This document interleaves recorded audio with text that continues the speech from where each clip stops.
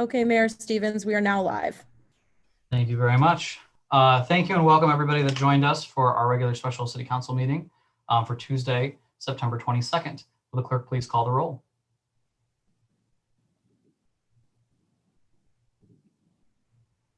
Emily, you might be muted.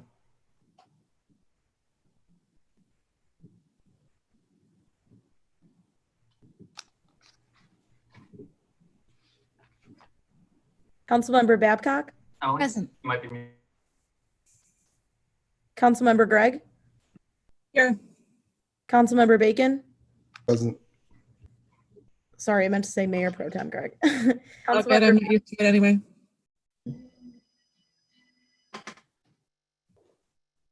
okay. Sorry, Councilmember Bacon. Present.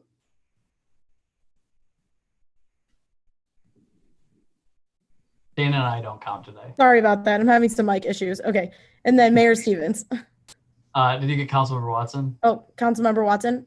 Here. Mayor Stevens. Here. Great.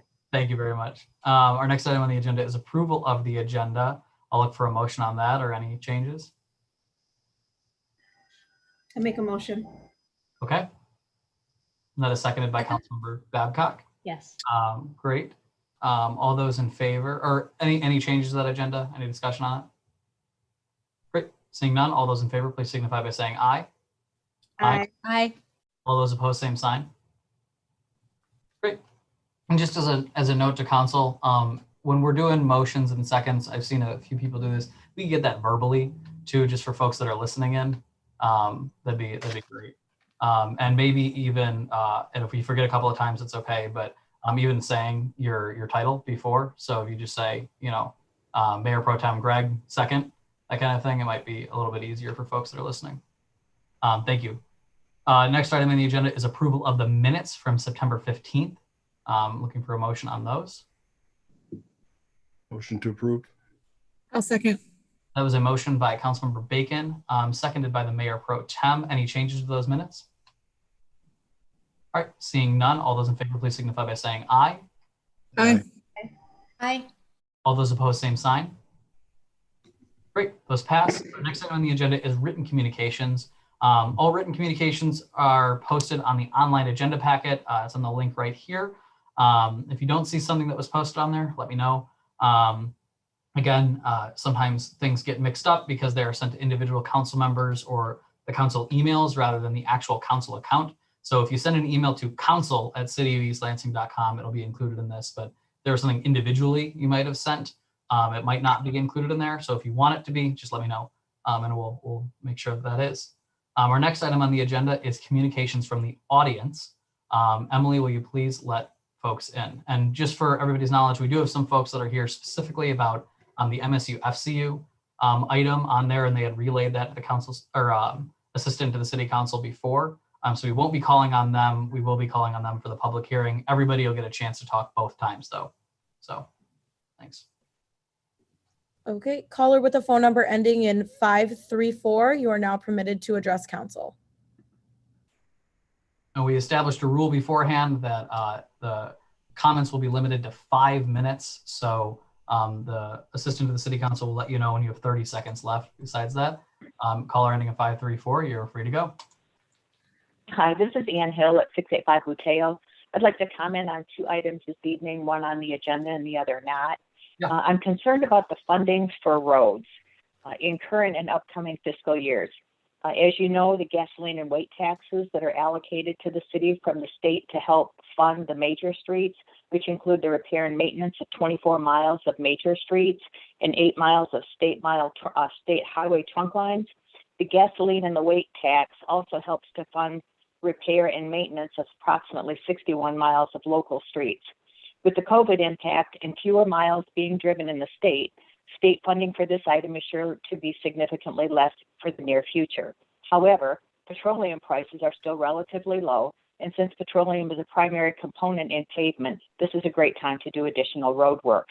It's my understanding that a paving and surface evaluation rating or a PASER study could not be completed this year due to the lack of manpower because of COVID. According to the 2018 study, 33% of our major roads were in poor condition and 39% were in fair condition.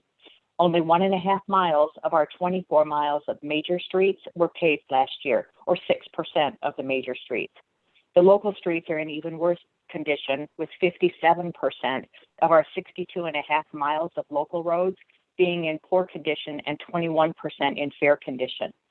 Only 3 miles, or less than 5% of our local streets were paved last year. According to the presentation that DPW Director House gave at the July 5th, 2020 City Council meeting, in the past 10 years, only 6 miles of our major streets have been removed from the poor condition rating. That's a 25% improvement over 10 years. Since the estimated life of a road is 20 to 25 years, we're going nowhere fast. Our local streets have seen virtually no improvement over the past 10 years, in reducing the number of miles of streets in poor condition, with that number remaining about 35 miles, or approximately 56%. We, the taxpayers of East Lansing, approved an income tax that included 20% being used to fund infrastructure. When I voted for the temporary income tax, it was with the understanding that infrastructure meant streets, water, and sewer. We have a limited amount of time to avail ourselves of the dedicated infrastructure spending associated with the temporary income tax. And I ask you to take this time to increase the prioritization of road improvement spending, especially while the cost of petroleum is in our favor. The second item is the city manager's proposed contract. A contract period of 4 years seems excessive to me. A 2-year contract seems more reasonable. Also, if the city should terminate the contract early, compensation and benefits for a full year, to me, seems way over the top. A package of 6 months seems more reasonable, and that's with the with the salary and benefits. I think this would be a more reasonable balance to strike when weighing a fair package, yet protecting the taxpayers of East Lansing. Thank you for your time. Thank you, Ann.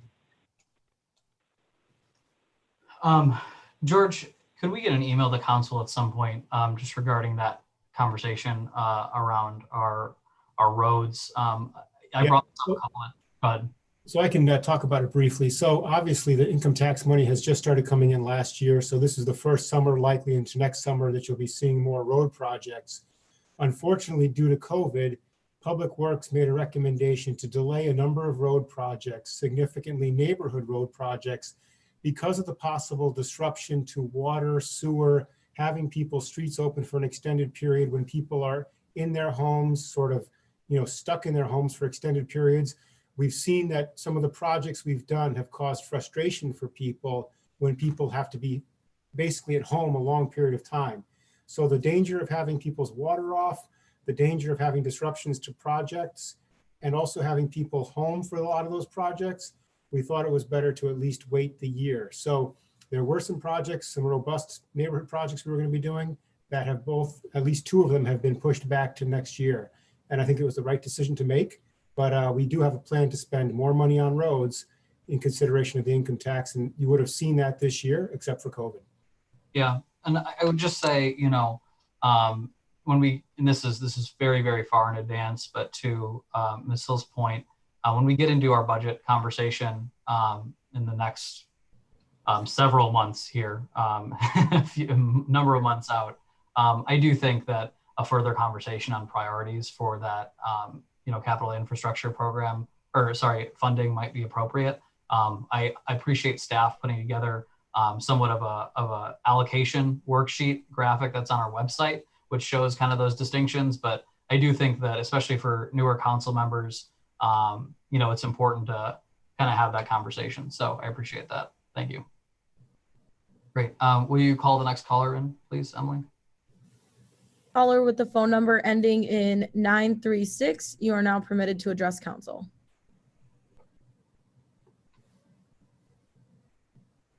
Sorry, 963. Hi, this is Alice Streger. I have a series of questions, some of which relate to the city manager contract, so those you might answer later. The first is that the staff, I believe, said a couple weeks ago that we could expect 2 presentations on the Evergreen properties, and I've not seen that. The DDA is meeting this week. It's their September meeting. Their next meeting scheduled for October would be when the agreement, that's an exclusive agreement with River Caddis, will be expiring. So I'm trying to understand what's going on with those properties.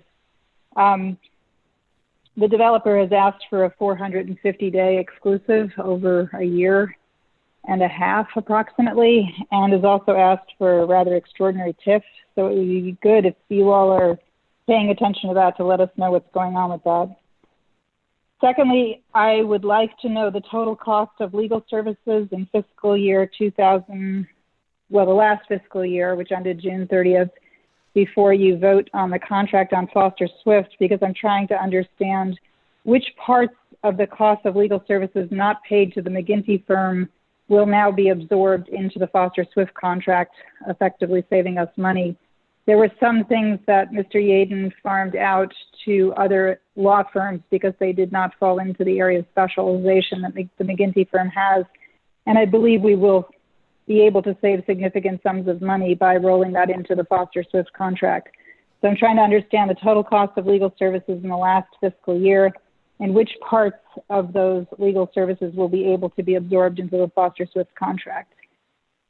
And then on the issue of the city manager's contract, I would like to know the age of the city manager, specifically when the city manager turns 60, because you're allowing in this contract for 5 years of health insurance for him and his family if he retires at the age of 60. I also would like council to explain why they've decided to not do a review for 20 months, almost 2 years in the course of this contract. And I would also like you to discuss Section 13A, subsection 3, which essentially punishes future councils if they don't adhere to the contract that you're setting out here. Because it says that you'll pay a full year if the contract expires without the manager and the council entering into a mutually agreeable employment contract that provides him with at least substantially similar compensation, benefits, severance, and other terms as those contained in this contract. So essentially, you're requiring future councils to follow your lead or pay the price. So I was hoping you could discuss that. Those are all my questions. Thank you. Thank you. So actually, I am going to field one of those questions out to Councilmember Bacon. Him and I have had a conversation on review stuff for a bit, and I think that he had a pretty eloquent way of us having this conversation. We're pretty much under the same mind in terms of this issue. So Ron, did you care to respond to a question about review? Yeah, I think just technically there was no real good standards and practices in place moving forward with the review process. We did use the 2 closed sessions along with the 360 review in this review process. And going forward, we're going to redraft and redraw a standardized review process that can be used council to council and year to year, that allows City Manager Lahanis to have access to his metrics and can measure himself, and allowing us also to measure with real metrics. There was really no good metric in place for evaluation over the years. It had been really informal, and we're looking to formalize that process going forward. So for this portion of the process, we're moving forward with the 360 and with our closed sessions and conversations around that, along with the contacts with Mayor Stevens and Lisa Babcock, Councilperson Lisa Babcock, in their sessions with George Lahanis, giving us 3 layers of views for this process, and then developing a more formal process going forward that can be done year over year in a more effective manner. Yeah, and just, you know, and I really don't want to speak ill of previous councils, but you know, when I was new on there, we did have a process that was a little bit informal at first. And the truth is that it's important that I think, you know, other cities have, you know, metrics that they can track over time that are done year to year to year. And this is something that we discussed with the city manager. And we discussed kind of as a council too, that was really a priority for us, was going to be to assign and really dig into at a future meeting of the city council, maybe a discussion only meeting in the near future here, but certainly before his next performance review, a true review process that future councils could follow, because when I was on council before, obviously not this council, it was informal. And, you know, when we were looking for go ahead, Councilmember Bacon. And just to make this abundantly clear, the evaluation systems are not designed to be punitive or anything like that. I didn't feel like it was a good evaluation system for any city manager or any function inside or outside. If a person was attempting to seek another position, I don't think that was an effective method to allow them to have fair metrics to take to another position or do anything else with. They were effectively ineffective. So like Mayor Stevens said, no offense to any former councils, but to be fair to the process, things need to be a little bit more formal to protect all parties. Yeah, agreed. Then I will shut up on that. Appreciate that. And City Manager Lahanas, do you want to respond to Evergreen Properties conversation? Yeah, so you have, we've requested some additional presentations, but in the interest of trying to make the meetings a little bit more streamlined, we were going to parcel those out a bit and try to slow down the number of presentations. So we're available to do more presentations, but we also are trying to be mindful of council when you, not stacking up multiple presentations. So we're available to do it at council's convenience. It's up to council. We stand ready. Yeah, I think if other council members are all right with that, can we plan on something like that at our next meeting? Just because I think that it's important, if the DDA is going to be going forward, that the DDA is able to hear council's perspective, or at least myself as liaison can say, we had a discussion on council, this is what happened, right? This is where people's heads are at. I think that that's good to do. George, is that all right with you? Sure.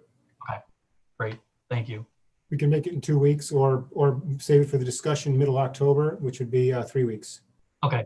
All right. Yeah. And would that be before the DDA meeting that they would decide on this? I believe so, but I have to look at a calendar. Okay. Let's just make sure that it's before then. Yep. Okay. Thank you. Emily, would you mind letting in the next caller? Caller with the phone number ending in 779, you are now permitted to address council.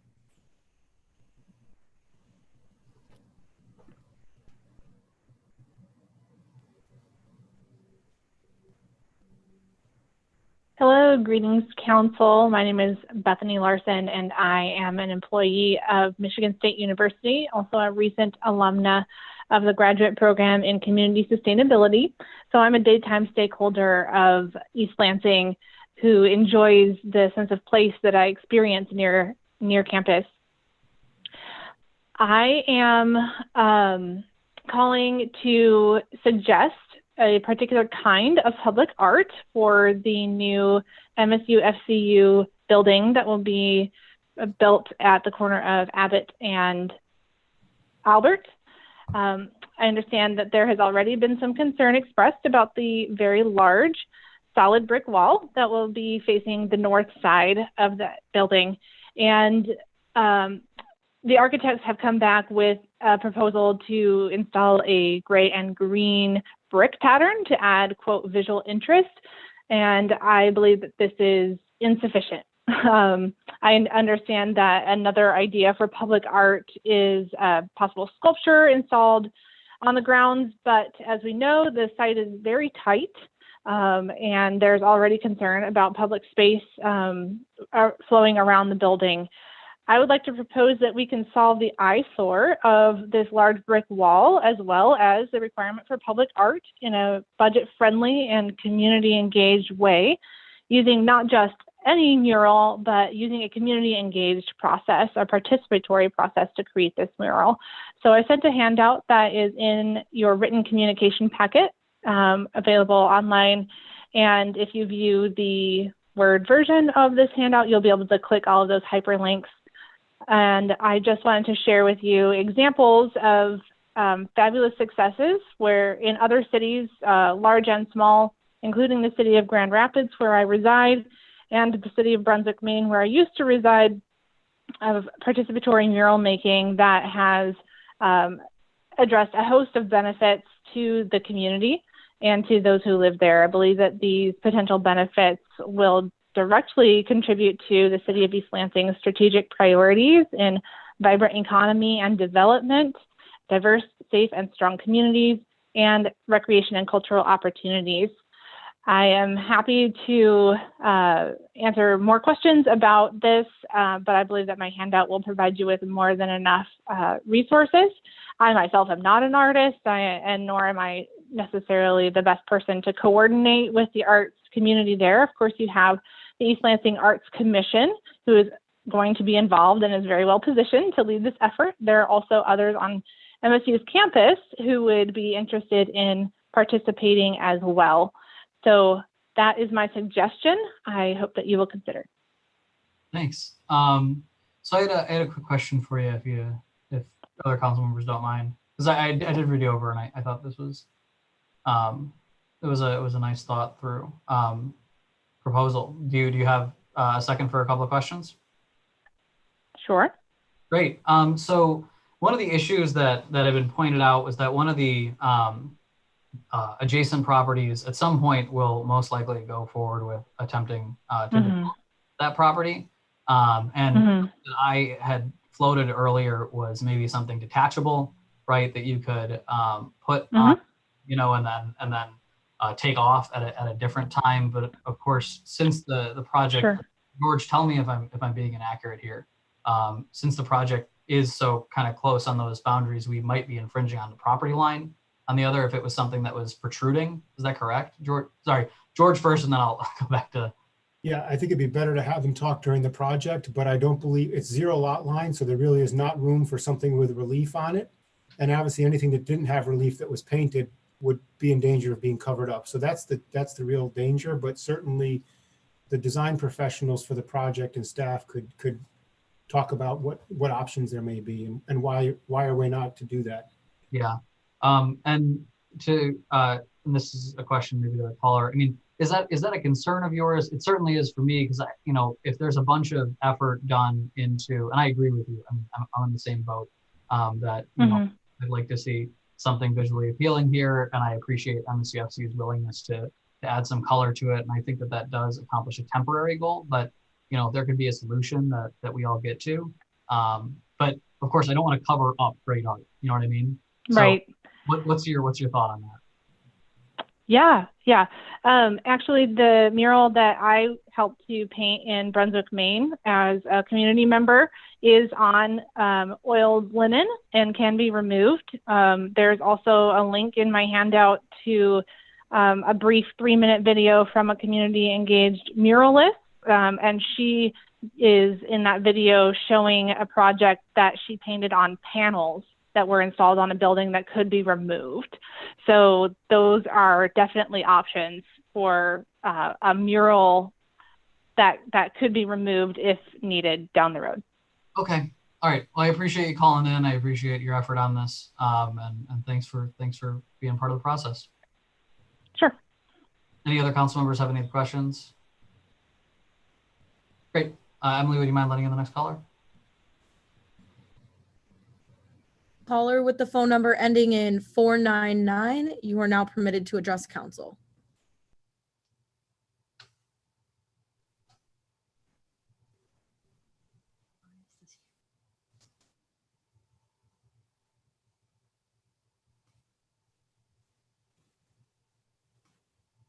Caller ending in 499, you might have to hit *6 on your phone to unmute yourself.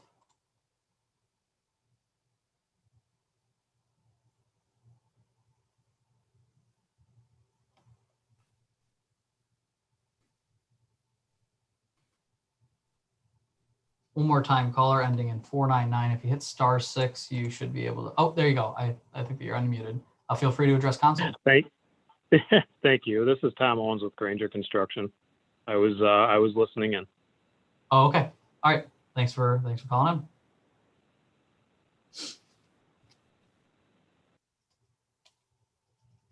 Crystal Davis, you are now permitted to address council. Hello. So I want to follow up with a few issues that they're not on the agenda tonight. The first being the concern around Officer Stevenson and his job duties as they relate to public safety and The second being related to the study committee and the formalization of the police oversight committee. I had brought up in a previous council meeting my concerns regarding the police contract and the intention of the study committee and the formalization of the police oversight committee. And I have not seen any movement on that. I don't know if dates have been selected, but if, the council can follow up regarding that. As well as when or if revisions will be made to the police union contract.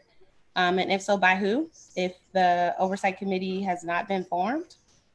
And then the other being, if this council has any intention of working on the resolution to declare racism as a public health crisis. Some information was mailed over a few weeks ago regarding other counties' declaration and other cities' declaration of racism as a public health crisis, and we have not seen movement on that.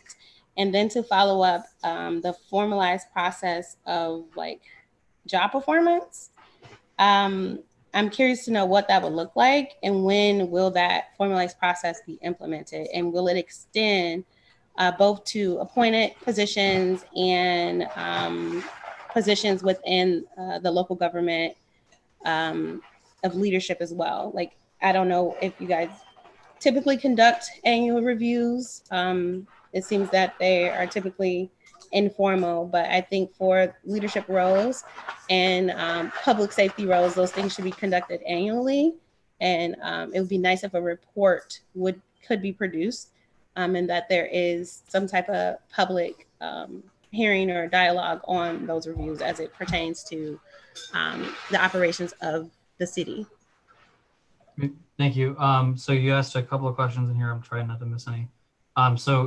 City Manager, would you mind giving an update on the public safety oversight? So we have a doodle poll out right now to the participants to select the organizational meeting. So hopefully that will be scheduled very quickly when we get participants telling us when they can come. I'm expecting it will be in less than, hopefully in 2 weeks, and then they'll be having the organizational meeting.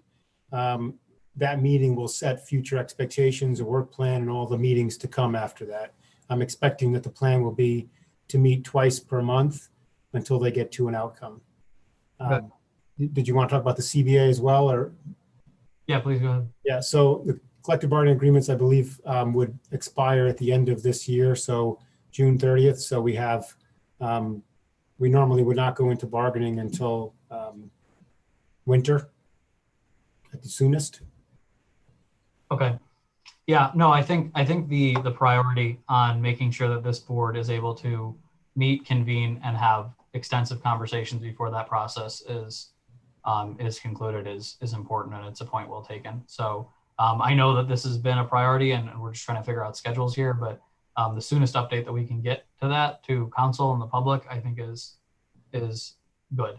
I think we have every piece in place. So you said that that's most likely the first meeting is going to occur in the next couple of weeks here. Yeah, so we set out 2 dates. One was October 6 and one was October 13. So as soon as we hear whoever can attend more, and then it'll be set as a meeting. That's my understanding. All right. And Understood. sorry, can I have clarification? You said that the union contracts end at the end of this year, of 2020?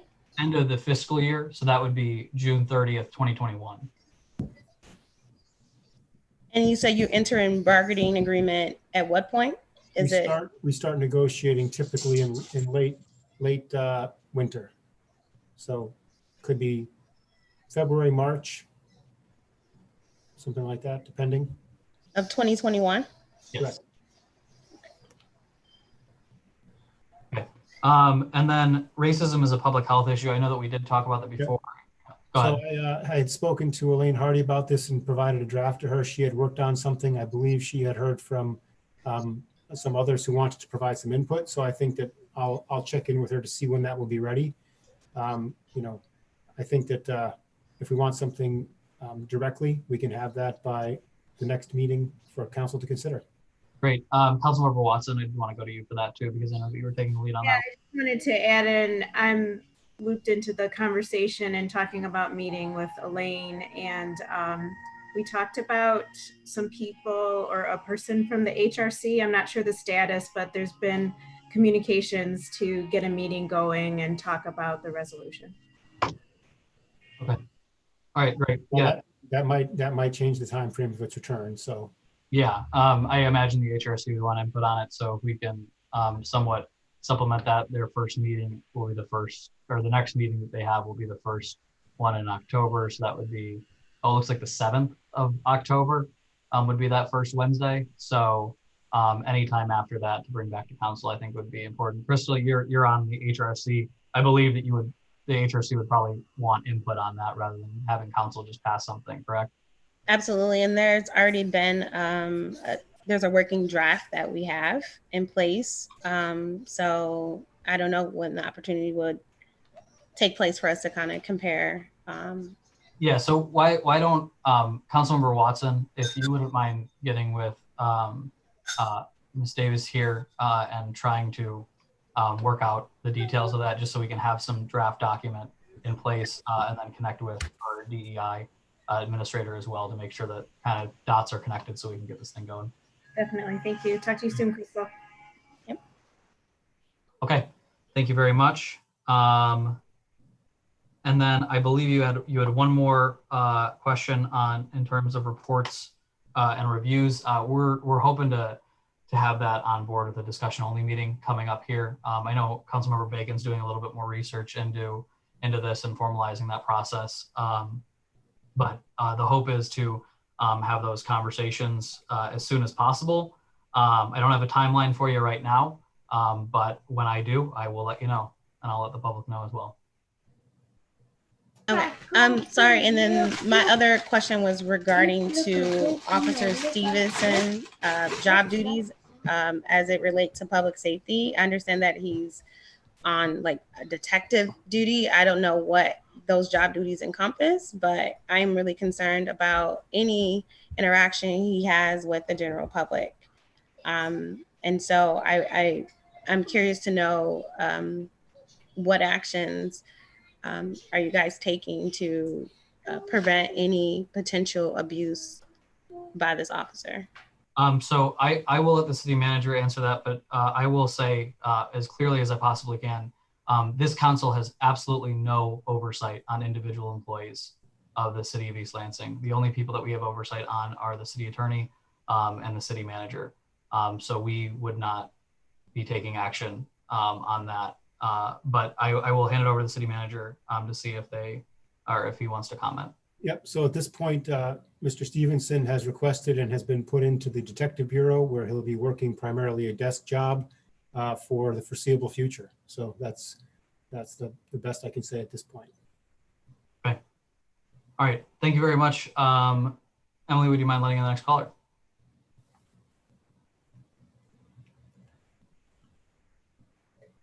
That's everybody for public comment. Okay. Great.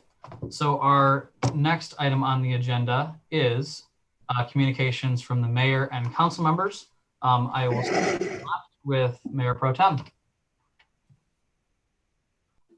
I, again, failed to make notes on what I was going to comment on. Do you mind coming back to me? Because I feel like I had something. Okay. I will go to whoever's ready. So Sorry, I was reading the agenda. Thank you. Yep. I have a couple of things. Yep. First off, I'm looking down because I'm in a very tight space. So I have a laptop here, a paper notebook here, and the screen there. So please don't take it amiss if I seem to be looking down or not paying attention. I'm just curious Georging the many screens with my fingers and toes.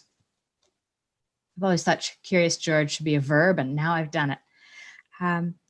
Of more significance, I spoke with a community member today about the racism as a public health issue, and before Ms. Davis brought it up, and Mayor Stevens, I was going to bring it up myself.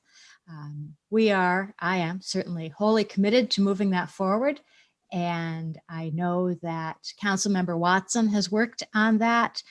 I also know that the HRC is going to take it up at its next meeting, which would be the first week of October. I do want to apologize. In a conversation earlier today, I said that we would take it up at our next meeting after them. Just based on the calendar, our next meeting after the HRC would be October 13, which is discussion only.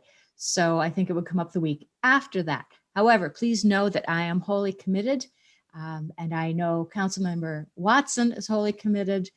Elaine Hardy is a spectacular resource and going to go at it. So we're in many ways playing whack-a-mole right now in our personal lives as well as on council, but that remains a top priority for us.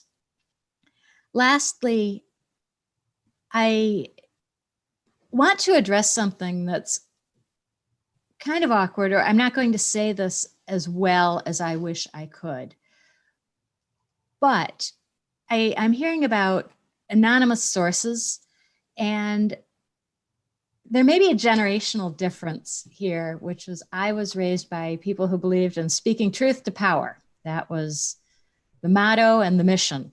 And I understand that views change over time, and different people have different approaches. However, with some city issues, when I hear that people don't want to come to city council or put their names behind their complaints, it's really the most discouraging part of this job. The idea that we have some ability to retaliate politically is just not true. But beyond that, the idea that we would is just personally hurtful. I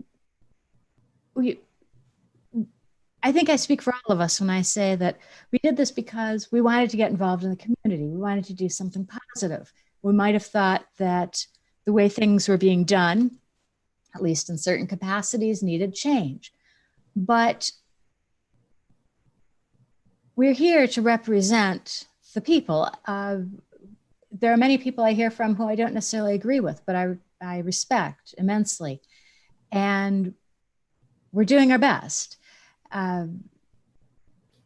This very, very long year and uncertain year, we've all been doing our best, and some are doing better than others. But please, this idea that people are afraid to come to us or afraid to suggest things, that's not why we're in this. And I guarantee you, I will never retaliate or I would never consider that. So bring us your ideas, bring us your complaints, but please bring it to us firsthand. That's what we're here for. That's what we signed up for. We may not agree, but we're here to listen and we're here to do our best. So please help us. Thank you. Thank you, Councilmember Babcock. Mayor Pro Tem. Thanks. I hope I'm not jumping on anybody, but I remembered what I was going to say. Two things, one happy and one maybe not so happy. The exciting news is our library director, Kristen Shelley, let the board know today, the library board know that our pop-up library, which was paid for with funds that were raised by our friends of the library, is almost ready to be delivered. So that will be operational starting in October. So that's going to be one more great way for us to keep our community connected to the library during this, obviously quite difficult time. The lockers are also up and running at the library. So there's hold lockers that are accessible outside. That was also paid for our through funds with our very hardworking Friends of the Library organization, who really just even without the Friends shop being operational, they've been raising funds through Etsy and eBay sales of used books. So even though that delightful shop that takes all of my spare change is not operational, they are still managing to bring in funds to help the library, which is amazing. So the pop-up library is essentially a bookmobile. It's just smaller in scale. So it should be, I'm really looking forward to seeing how it's utilized in the community. It should be a really exciting addition to our library services. The other, maybe not so delightful piece that I wanted to share with our community tonight is that our very hardworking Ingham County Health Officer, Linda Vale, has been working with the Board of Commissioners and with, I think Mayor Stevens was pretty instrumental in getting this through, to develop a fee schedule that would give our police officers the ability to write civil citations for violating health code orders. So I know this is something that's been very frustrating for the community when they look at that police report and they see a lot of noise violations and no health code violation orders. And it's been a little difficult for people to understand why our police officers are not enforcing these health code orders. And the answer to that is that they did not have any authority to do so because they are not health officers, they're police officers. So a fee schedule passed the Board of Commission tonight. It will take effect in 10 days. And that will give our officers the ability to write fine tickets for health code violations. So that's going to be a very important tool for us to use to control crowds. I think we were all, I was definitely, I don't want to speak for everyone, I was slightly dismayed that the Big Ten Conference decided to go ahead with football. I know that we all love football, but I feel like maybe this was not the right time. So there will probably be some celebrations in connection with that. And we now have one more important tool to control that. So that was a missing piece that's been filled in. And I just wanted to say thanks to everybody that worked so hard to get that passed, to our Ingham County elected officials and also to our health officer. So that's my comments for tonight. Thank you. Appreciate that. And I would echo the exact same thing. Councilmember Watson? Pass. Okay. Councilmember Bacon? Yeah, I think as I've been thinking about these various subjects and interactions via email and call-ins and those types of things, I'm new to city government, but I don't think I'm new to being a human and human psychology. And I really, a lot of times, just must frankly say I question the tone of some of the stuff that goes on, aimed at council, aimed at the city manager, aimed at whoever the intended target is. I understand people want answers and want things done, but at the end of the day, everyone on this council is here at the will of the public, but also here they're just still people.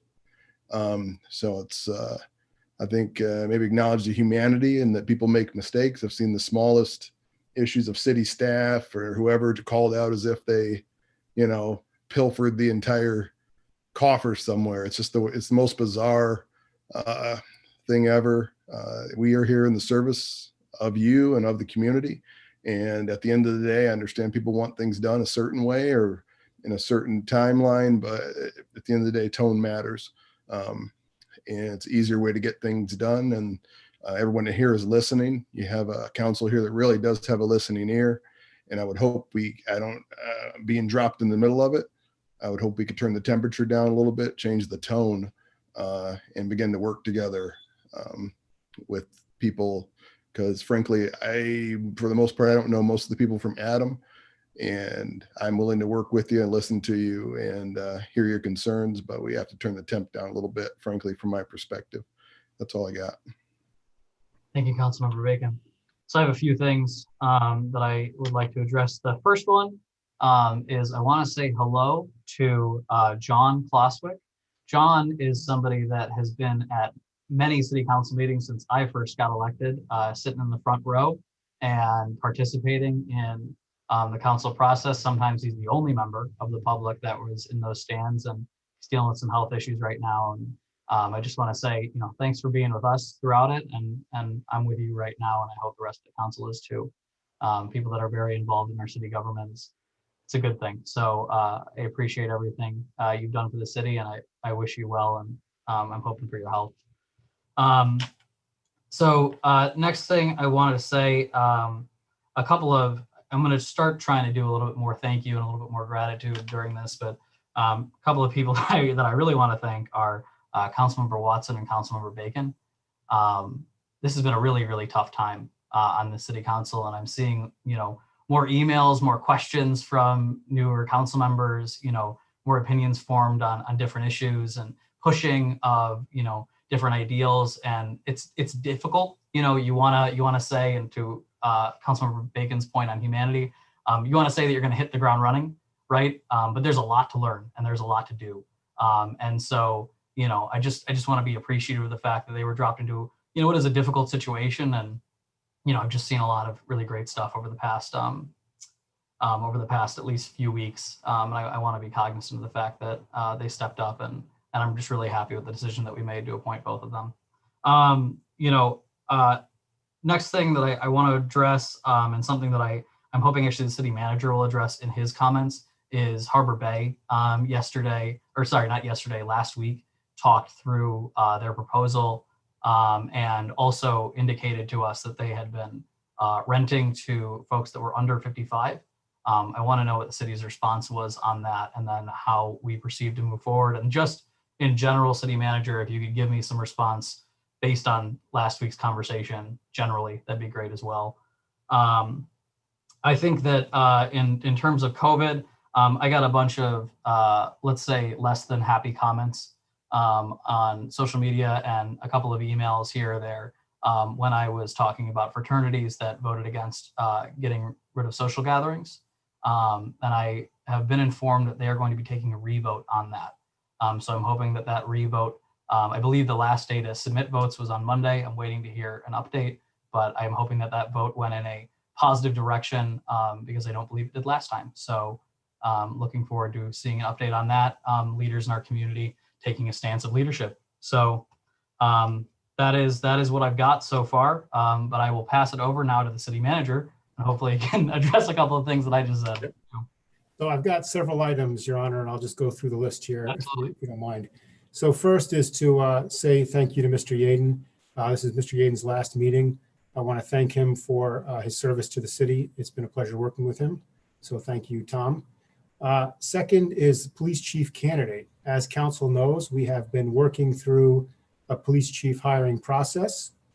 The city charter provides me with the ability to make that decision after consultation with council, and that's what I'm here to do now. So I am pleased to announce that my intention is to hire Kim Johnson to be the next chief of police for East Lansing Police Department. Kim Johnson is formerly of ELPD. He's been retired for about 8 years. He has 30 years with East Lansing Police Department, coming in as the rank of officer all the way up to captain, during that time serving many different assignments. He also has a bachelor's degree and a master's degree from Michigan State University, Spartan through and through. And he also is a graduate of Northwestern University School for Public Safety, and also the FBI Academy as well. So obviously a very well qualified person to fill the next position. So we are pleased to have Mr. Johnson willing to come serve as our chief of police. My consultation with council is to ask if you have any questions, concerns, or thoughts before I formalize that recommendation. Does council have any questions for me at this point? I do, if that's okay. We'll go to Councilmember Babcock first, and the Mayor Pro Tem, and then I'll go. Thank you. A question about community policing and Mr. Johnson. What's his philosophy on community policing? And also tied to that, what are his views about racial equity in policing? Yeah, so Captain Johnson actually was here when we first started developing community policing in the 90s. The community policing at that point was getting officers out of cars, getting them on foot and on bikes, and also getting them to work on neighborhood problems proactively. So going to neighborhood associations, working on what we had back then was called our neighborhood resource teams, which were actually partnering with residents to help solve neighborhood problems. So he actually helped implement that throughout his history at ELPD. So I think he has a very strong experience and commitment to partnering with the residents, which is great. Captain Johnson was born and raised in Detroit during a time of racial turmoil and tension in Detroit. He is a man of color. So his experience growing up is something that I've gotten to hear about and relied upon back when he was a captain and I was the deputy city manager. So I've always been impressed that Captain Johnson has been willing to share his perspectives, his insights, and his cultural perspectives with the rest of the department. So I feel very strongly that we really have a first-rate person in all respects. Mayor Pro Tem.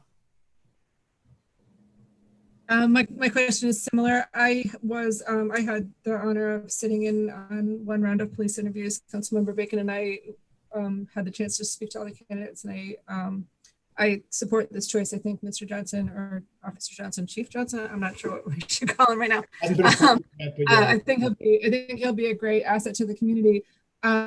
I wondered if you had a chance to speak with him in your interview specifically about the realignment program that was outside of just community policing, but we've kind of taken a step down a pretty a path, let's say, just let's not put an adjective on it, but did you have a chance to talk to him about that plan? And I guess, what was the temperature of that conversation? I did. I got to talk about the program. He was familiar with it, the CAPS program, so Community Assistance and Proactive Services. Talked about it as basically the department having alternatives to traditional enforcement and having those tools available to be able to solve problems with less intensive services, and also looking for ways to diffuse any potential conflict. Really taking an educational and proactive approach. He seemed very supportive of it, and I thought that genuinely that this is going to be someone who's going to help move that program forward. So I was very comfortable. Obviously, that's a program I recommended, so I'm quite partial to it, and I heard some very good things from him on that. Great. Councilmember Bacon, go ahead. Just a comment from myself and Mayor Pro Tem Gregg's interview and sit down with Chief Johnson. I almost could literally say he comes from the exact same era I came from in the 90s. I'm a criminal justice major. It literally felt, when it comes to community policing, what my highest selling point to me, it literally felt like he wrote the book. I mean that almost in a literal sense. Coming from that time period, that was the exact model that I was raised in an attempt to possibly be in law enforcement and criminal justice and social. Everything was built around that. He literally sits in that space, and that was what mostly drew me to his modeling for community policing, some older programs that existed in the 90s that no longer exist. Just a whole lot of things around community policing when that was in vogue in the 90s. It felt a lot like he literally could have written a textbook on it. It was very impressive in that area of community policing. So. Great. City Manager, would you mind addressing what that process looked like and kind of who was in the room? Yeah. So we had a couple of phase process. We originally selected 4 applicants. We went to a joint community/staff panel on the first day where all 4 applicants had a traditional interview process. We had a pretty, I think, a good broad range of people in that community panel. And we had the chair of the Human Relations Commission. We had a former senior police person from another jurisdiction, but is an East Lansing resident. And we had also a near neighborhood resident who's a social worker involved in refugee resettlement. So, and we also had key staff people, our own DEI coordinator, our own fire chief, Talaferro, and our human resources director. So a good diverse group of people with lots of different life experiences and perspectives. Those people got to have the 50-minute interview, retained a lot of information and provided a lot of feedback. Then the applicants came in for a next day of interviews where they did a round robin and met with union leadership, police administration leadership, and also got to meet with a couple of council members. After that, they got to meet with me for a formal interview again. And that was the process. So a lot of stakeholders and people got to provide input, and we got to hear a lot of different facets of people's approach.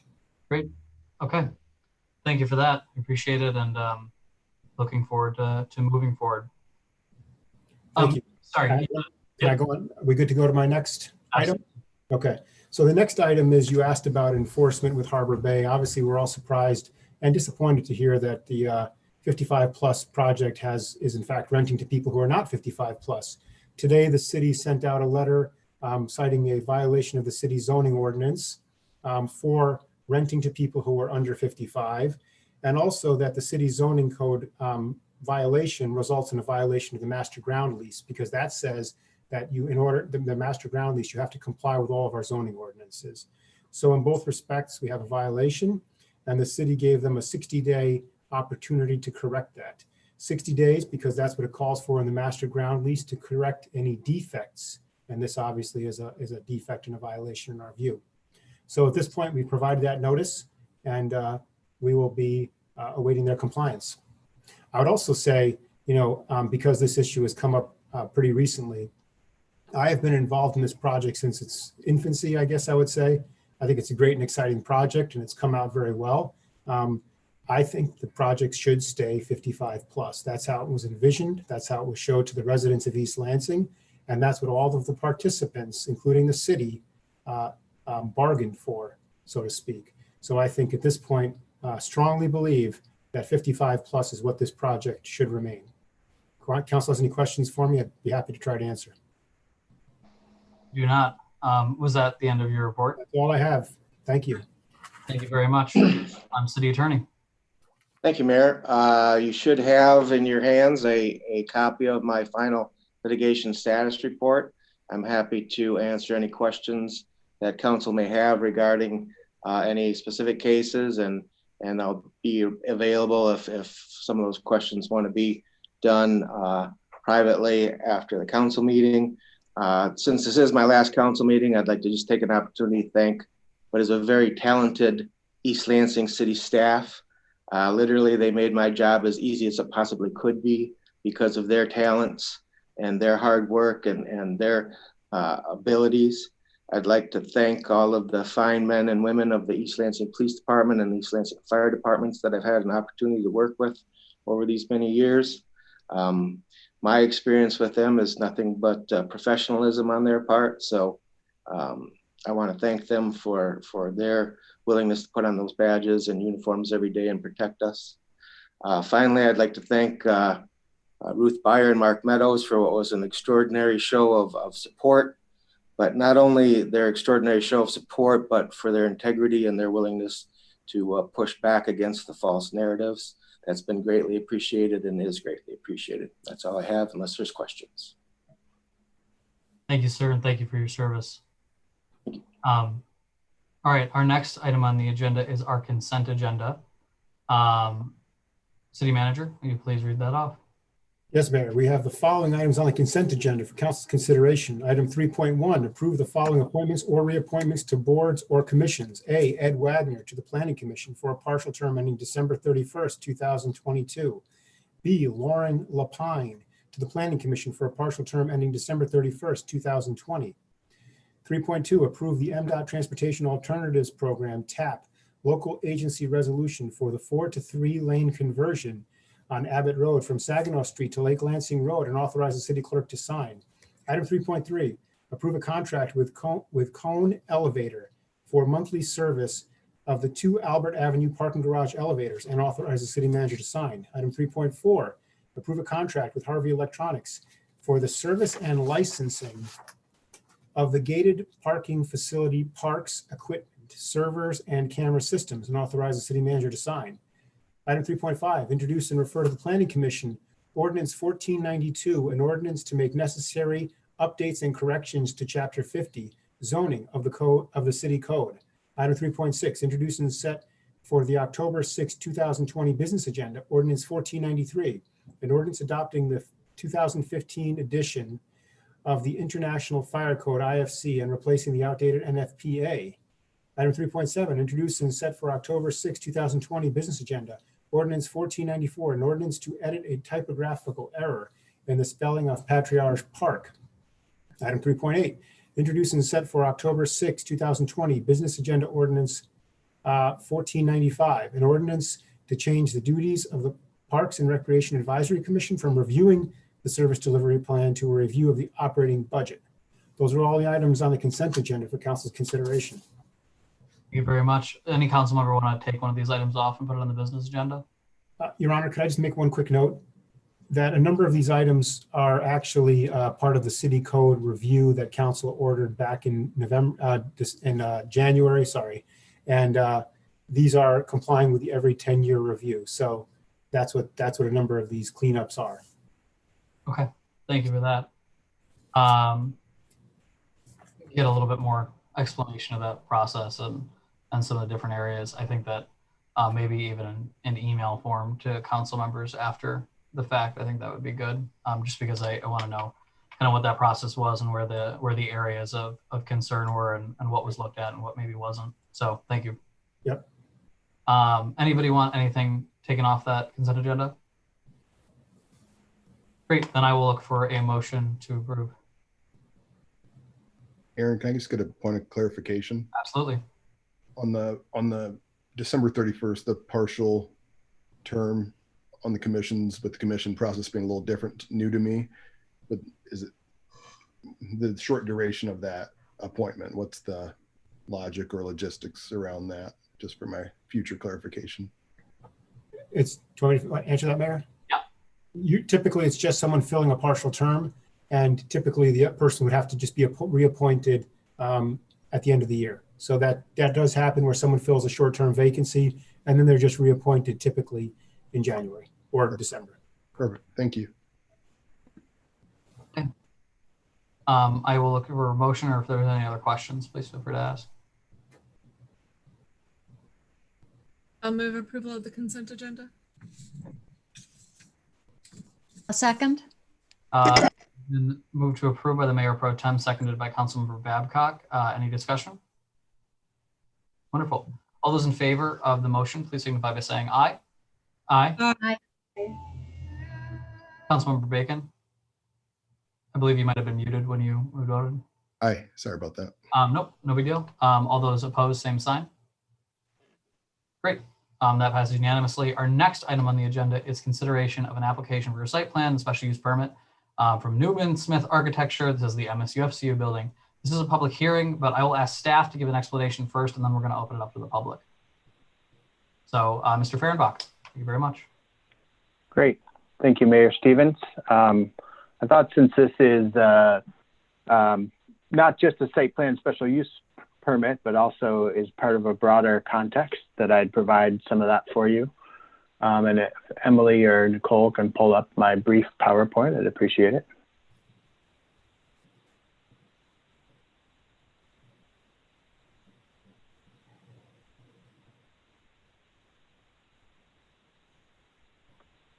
So this effort really started in July. Go ahead for the next slide, please.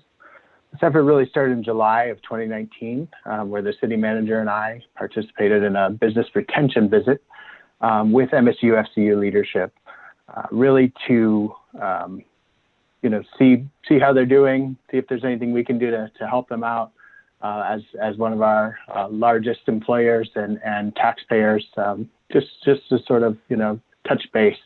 And it came to light during that meeting that they were very interested in the developments that were happening downtown, and in fact had interests particularly with the Lot 4 opportunity.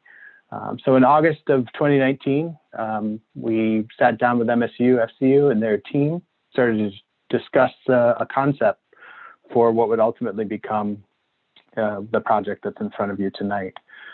Staff worked with them in October and November, really to hone in on sort of a flexible sort of concept that they could build their thoughts behind, which ultimately became the ballot language for the public to decide. So really between 5 and 8 stories of a building, kind of what it would include, including the branch, the intern center, community space, and office space. And sort of their vision to use it as really a way to attract talent from MSU in the region. We then undertook an appraisal to determine the fair market value and started the process of drafting ballot language, which in December of 2019, the council tweaked a little bit and approved and put on the ballot for March 10th of this year, which did pass. You'd go to the next slide, please. So just kind of the timeline from December, the council was provided with an update on their concept as they honed in on really what's in front of you tonight. And we began the process of entering into a purchase and sale agreement based on the price for an as-is sale if the voters did approve the ballot language on March 10th. We entered into the purchase and sale agreement on February 25th. And of course, March 10th, it was approved. We kept working even in spite of the COVID with their very dedicated team, and plans were formally submitted on June 24th of this year.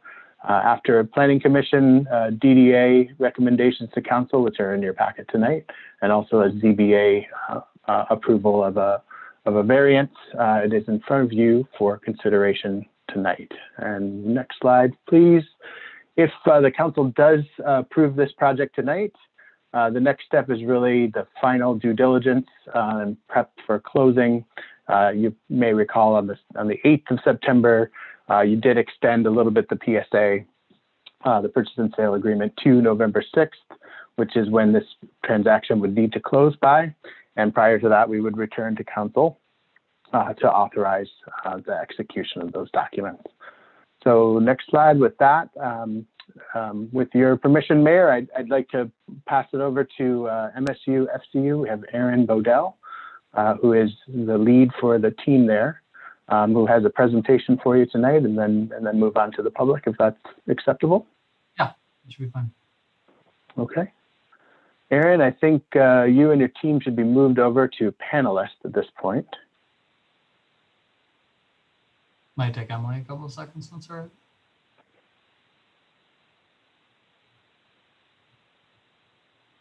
And it'd probably be a good idea for you to introduce the folks that are available for questions and on your team tonight. Absolutely. Can everyone hear me now? Yep. Okay, fantastic. Thank you very much. On behalf of MSU, I'd like to thank the council this evening for giving us an opportunity to share an update on our project. We're very excited about having an opportunity to invest in growing our operations downtown East Lansing. I have with me members of our design and construction team who will provide a summary of the project and our logistics and phasing plan. Those team members are Kathy Buck and David Haywood from the design team. And I'm sorry, Dave Mefford and Kathy Buck. And I have Jeff Tooley from the construction team. And then I have a number of others on the call that are available. April Klobus, our CEO, is here. Steve Owen, our attorney, is also on the call.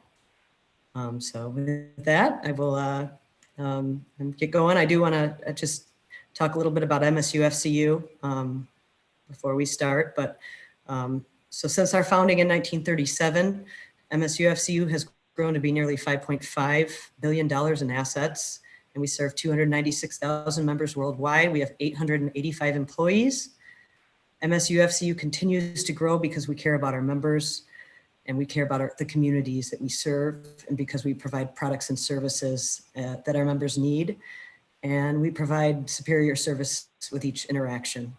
One of our core values is to provide one of our core values is to embrace our role as leader in the community. This project is an example of that commitment. We recognize that locating downtown will support economic development and job growth and bring office space to East Lansing. And we recognize that our employees will benefit from working in the downtown environment with access to retail and coffee shops and the campus community. And that'll help us to attract and retain great talent. So in addition to providing financial resources for our members, and we support all the communities that we serve in a variety of ways, which include philanthropic efforts and housing, youth programs, financial education, local arts. We support many local charitable organizations and programs. And as Mr. Fehrenbach said, our intent is to occupy the building with credit union operations, provide some portion of a lease space within the building. We intend to have our building include space for our branch office, our intern center, which historically has employed up to 30 students, and a large mixed format community room, which will be available all year round. The remainder of the building will be used for our internal office operations, and that will provide us room to grow over the next 5 to 10 years. We operate our buildings and branches with the highest standard of care for employees, member safety, security, and comfort. Our buildings are well maintained. They're designed to be aesthetically integrated into the community. We also incorporate green principles into our building design, and we carry these green initiatives into our operations. And we intend to be a good neighbor during the construction and during the operation of our building.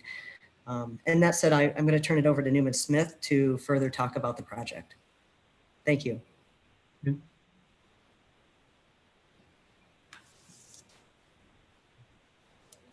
And that's Kathy Buck, I think. Kathy, is that? Yes. Yes, I just wanted to briefly just to kind of go over again the introduction of the people that are available this evening. And Tom or Emily, if you might be able to bring up the presentation that we had provided for this evening. Thank you, yes. And the next slide simply outlines really the people that we have available this evening. Aaron Bodell, of course, you've just met. We also have Walt Widerko, who is the construction project manager with Msu Fcu. Myself, I'm the senior project manager for Newman Smith for this project. And Dave Mefford will be speaking next as the project designer, just to give you a very brief overview of the project, to just kind of maybe further define and give some explanation to some of the design features so that we can discuss those in greater detail. This evening from Granger Construction, we have Jeff Tooley, who will be speaking on the site logistics and constructability. The civil engineer on the project is Kebs Incorporated. Jeff Keyes is not available this evening. However, he has been instrumental in the project and has been working very closely with East Lansing staff and Public Works and Engineering to address some of the comments that have been made in the prior presentations and during the submission process. And they have submitted the updated drawings with an explanation of those updates to bring the project into the, to address those comments. And our structural engineers, they're not available this evening, but they've provided input into the presentation, into the site plan approval package in terms of the lighting design and the photometrics for the project, which are in compliance with the downtown zoning and developmental requirements. So with that, Dave, if you wanted to, and Emily, if you might advance to the next slide, Dave, if you wanted to just run through the overall overview of the project. Yeah, thank you very much, Kathy. Yes, we're very excited about this project and think it'll be a very nice complement to the existing vibrant downtown core of East Lansing. You can see here on the screen is a site plan, kind of showing the ground floor of the building. Obviously, it fronts Abbott Road and Albert Avenue as the two primary kind of pedestrian and vehicular thoroughfares on the western end of the downtown core. On the west side of the building, there's a public alley, and on the north side of the building is a common lot line with the neighbor to the north. We've arranged the spaces as shown here on the ground floor, the most significant being the Msu Fcu branch, which occupies the prime corner at Abbott Road and Albert Avenue. To the west is a small tenant space, and to the north of the branch itself is the primary office lobby for the upper floors of the building. That would be accessed off of Abbott Road. You can see the 3 elevator cabs shown along the north wall, where you would be able to access the second level community space and then the primary office levels on floors 3 through 7. The next slide, please. see here in a slightly cleaner plan, it's labeled a landscape plan, but working on the interior of the building to start, you see the branch spaces, and we've worked programmatically to arrange the public spaces on the outward faces of the building, that being Albert Avenue and Abbott Road. We obviously understand the importance of this building to the downtown core and the fact that it's really a very walkable public community. And we wanted to make sure that there was a lot of transparency between the interior spaces on the building and the exterior spaces in the public realm. So the tenant space, the branch, and the office lobby all have quite a bit of visibility in terms of window glazing. And we've kind of worked the architecture to kind of create a processional element so that there's a rhythm as people walk up and down Abbott Road and Albert Avenue. And we really wanted to create a building that kind of resonated with the public and created a kind of a real connectivity with people as they kind of existed immediately adjacent to the building itself. Also shown in the darker gray circles are a series of canopy trees, obviously, again, emphasizing the need and desire to make sure this building responded at a pedestrian level, bringing the overall scale down, and again, working with the pedestrian elements and utilizing the requirements as specified in the urban design guidelines with public amenities like, energy efficient lighting, benches, litter receptacles, and those kinds of things. We're also kind of really highlighting the primary corner of Abbott Road and Albert Avenue with enhanced hardscape patterns there that really kind of showcase the building at that primary intersection. Next slide, please. Here is that intersection I spoke of at Abbott Road and Albert Avenue. The overall massing of the building really kind of responds to some of the more recent developments in terms of the prescribed desires in terms of land use. So to the south, you have the Park District, and just to the east and to the south, you have the Center City District. Both of those developments utilize similar types of massing. And we really kind of created a building, as I emphasized earlier, that really kind of, we wanted the scale to work at a pedestrian level, but also we wanted to complement the existing overall fabric of East Lansing. If you look at the building stock within the downtown core, there's quite a bit of brick masonry on those buildings, and that's really the predominant material that we used with the design of the building itself. There's also quite a bit of glass, which we obviously wanted this to be very transparent so that people could see into the building and out of the building, and the great things that are occurring in downtown East Lansing. And then at the top, again, to kind of help bring the scale of the building down, we were using metal panel, which is also widely used throughout the downtown core of East Lansing as well in other buildings. Next slide, please. Here along Albert Avenue, as you would approach Evergreen off of Grand River, again, looking at kind of that ground plane, you'll notice at the kind of the ceiling level of the first level, we've also introduced glass canopies that are intended to do a couple of things. Obviously, that's a southern exposure on the south elevation. So we wanted to control the solar gain into the building and also bring the overall scale of the building down. So again, it works from a pedestrian scale. The trees that I spoke about on the landscape plan are not reflected here because we really wanted to capture the architecture, but we feel that the overall composition of the building design really kind of responds well to the buildings in the surrounding context. Next slide, please. Here showing the evening, again, at that primary corner of Abbott Road and Albert Avenue, again, emphasizing really the visibility into the building, the fact that we've tried to make the expanses of glass as large as possible to really kind of have that human interaction, whether you're inside the building or outside. Again, kind of working and really kind of emphasizing the need for energy efficiency, utilizing some lighting on the facade of the building to, again, help that processional element as people, during the evening hours or driving by in cars, are really kind of engaged in terms of how the building kind of meets the public realm. And then obviously, also providing other opportunities like lighting within the canopies to really complement the public realm and make sure that people feel comfortable walking amongst our building here. Next slide. Again, along Albert Avenue, again, really, I think it's really captured here as you would see it from the Park District, the overall transparency. You're going to be able to see deep into the building and all the wonderful things as, MSU FCU is making a commitment to the community and really kind of bringing, I think, good paying jobs, that were really kind of emphasized between Monday and Friday during business hours in terms of those key kind of office markets. So we're very excited about this. We think it really complements the existing great things that are occurring downtown East Lansing. And we see this as really hopefully being a very significant asset for the community for many decades to come. Next slide, please. And here on the north elevation, we obviously worked very closely with the city and had heard some of the comments that had been expressed, both from those within the various departments within the city and the community itself about the north elevation. And we really wanted to, Msu Fcu is very active in the community and they want to be very responsive to the community. But we've basically worked on the other elevations, the east, the south, and the west elevations to kind of pick up those floor line datums, and using a contrasting brick, kind of created a graphic pattern that helps to break down the overall scale of that north elevation. We think that it's kind of an interesting element, but in deference to some of the other comments here during this meeting, we were very appreciative of the public comments that were offered.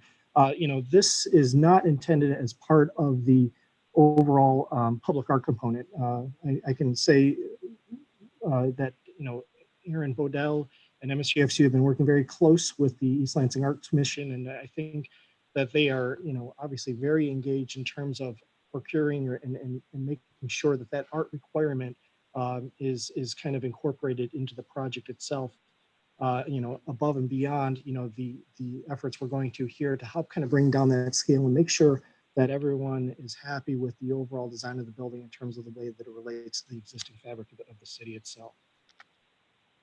And with that, I don't know if anyone from Msu Fcu or the Newman Smith team would like to offer any additional comment, but I'd like to turn it over to Jeff Tooley with Granger Construction, and he can address the safety and site logistics. Dave, appreciate that. We appreciate the opportunity tonight to present this exciting project to the City Council. Our approach to integrating our project into downtown East Lansing is based on, first and foremost, being a good neighbor to the adjacent properties, to the surrounding area, and to the community. We want to develop a well-defined safety and site logistics plan with the City of East Lansing. Our commitment to continually communicate with the businesses and neighbors, and to abide by the city ordinances, particularly by the daily working hours, Monday through Saturday. Our current timeline has us mobilizing this site in January of 21, with a target to start erecting the structure basically coming above ground about 4 or so months later, which will put us in springtime. The plan is subject to change based on many different variables, particularly how our design evolves, progression through the permitting process, bidding, and procurement materials. Can we go to the next slide?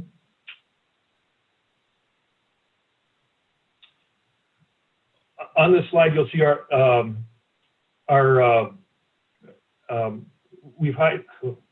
let me check, get on the right slide here. This slide really highlights our project priorities, and we've kind of put them in 4 different buckets. And those buckets are communication and being a good neighbor, safety and security, traffic control, and signage. The key to each and every item on this list is that we're focused and committed to working with the City of East Lansing, the boards and commissions, building department, public works, police and fire, and any other city and county government agency that has involvement in the project. It's an ever-evolving process, and we want to make sure that we're constantly focused on establishing a safe construction site, and again, back to being a good neighbor to our adjacent properties and to the local community. If we go to the next slide. This slide is just trying to show today's current situation down there.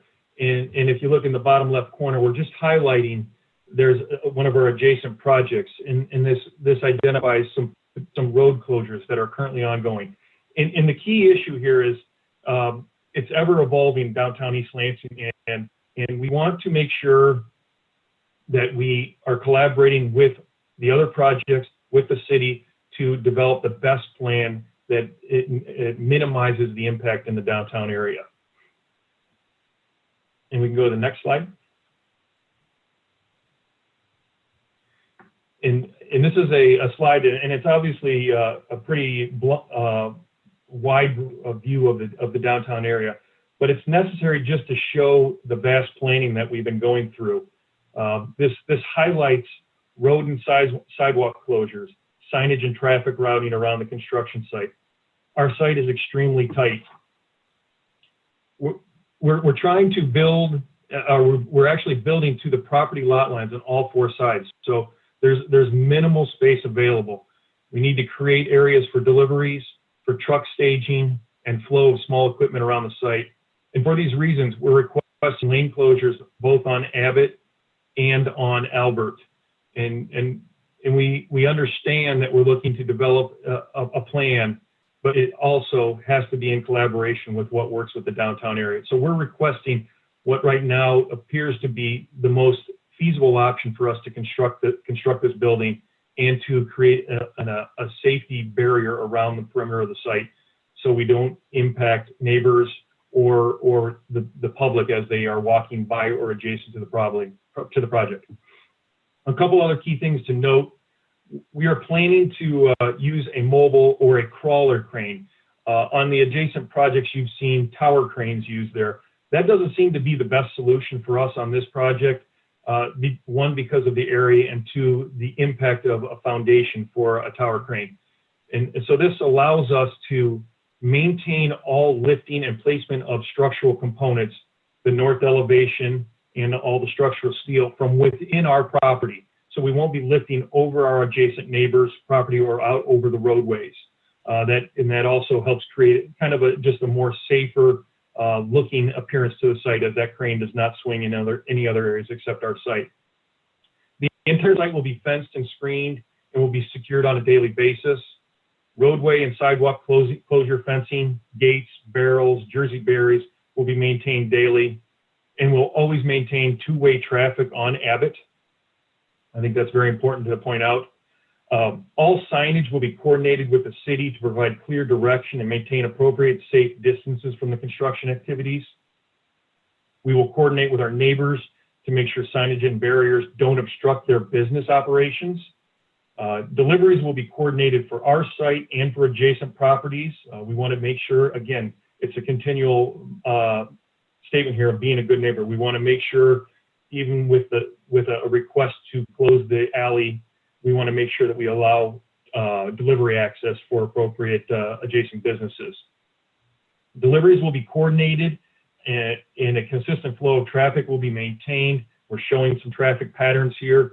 We anticipate most of our deliveries will come southbound on Abbott and potentially make a turn onto Albert.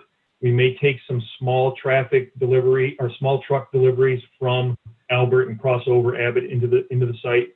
That'll all be coordinated. We do anticipate our site to be an on-time delivery site for construction. We don't have any space to stockpile materials, so it'll have to be very closely coordinated. We will manage waste and recycling on site. We are focused to recycling and being as green conscious as possible.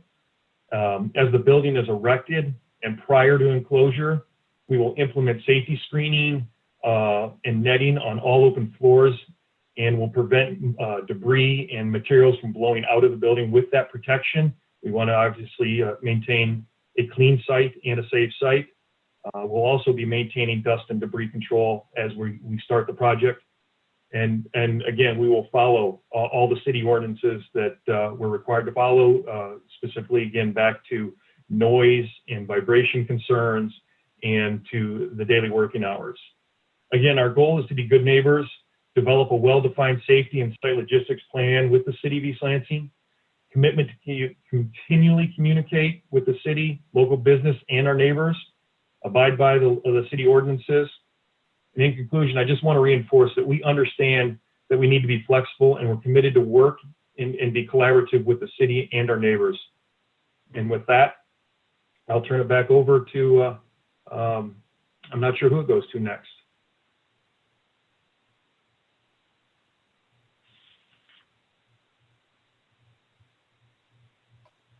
Great. Well, thank you for that. I'm going to ask before we get into questions of the developer and other things, I'm going to ask that we go to our public hearing. So that way council can be kind of informed from the public before we get into the discussion. So Emily, would you mind opening that public hearing and letting anybody that wants to speak in? Caller with the phone number ending in 449, you are now, or 499, you are now permitted to address council.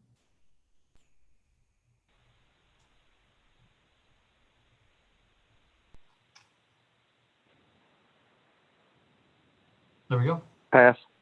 Okay.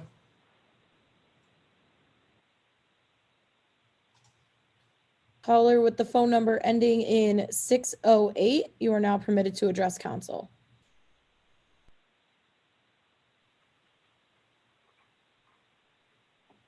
Caller ending in 608, if you hit *6, you should be able to unmute yourself and address council.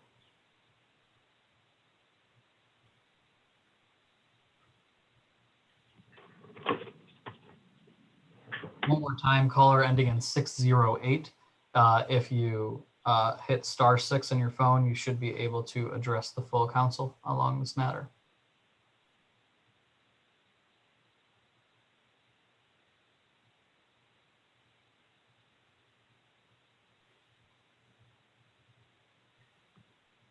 Just give one more time. Caller starting with 724, ending with 608. If you would like to address council, please unmute yourself. You are in the room with us right now, and you can address council by just pressing *6 on your phone. Okay. Emily, would you mind letting in the next caller? And if this individual comes back, then I'd be happy to have him speak again. That's all the callers that we have on the line. Okay. If I get an email from somebody saying that they wanted to chime in and they weren't able to, then I will request that they be let back in. So I want to open this up to council for questions. I have a number of questions myself. This can be questions of the developer or of staff before we get into this discussion, and then we'll probably have a council discussion after we have some questions answered. So council members with questions for staff and or the developer. Okay, I can start. So I appreciate you guys being here today. I'm really excited about this project. I had expressed before, just in general, I understand that the property directly to the north of your guys' proposal may develop sometime in the future, but we don't know when that's going to be. COVID has, I think, really hurt a lot of businesses, and in terms of development, I think that the scene's still out there on when we're going to see that. So I do believe that it's important for the community to see something there. I understand the concern, but in your proposed development, you had stated that there was an art project to be determined on the exterior of the building. We had a caller come in and talk about working with the Arts Commission. I know that there's some issues in terms of going over your lot line with something that might be exterior on that wall. But if there's the option for banners, something with cloth, something that we can get done on that north wall in working with the Arts Commission. I do appreciate the brickwork that was done.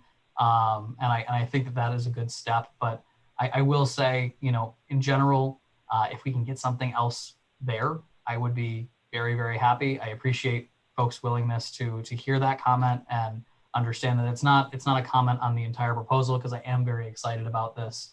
But I am cognizant of the fact that, we're going to be seeing this at least for the next few years. So if we could get something there, I had floated the idea to some folks on, our businesses are going through a good amount right now. And, if we could get banners that were there that, highlighted, businesses that are open, or, downtown East Lansing is open for business, that kind of thing, as extra advertising, maybe that is helpful, although I don't know the legality of that, given our sign ordinance.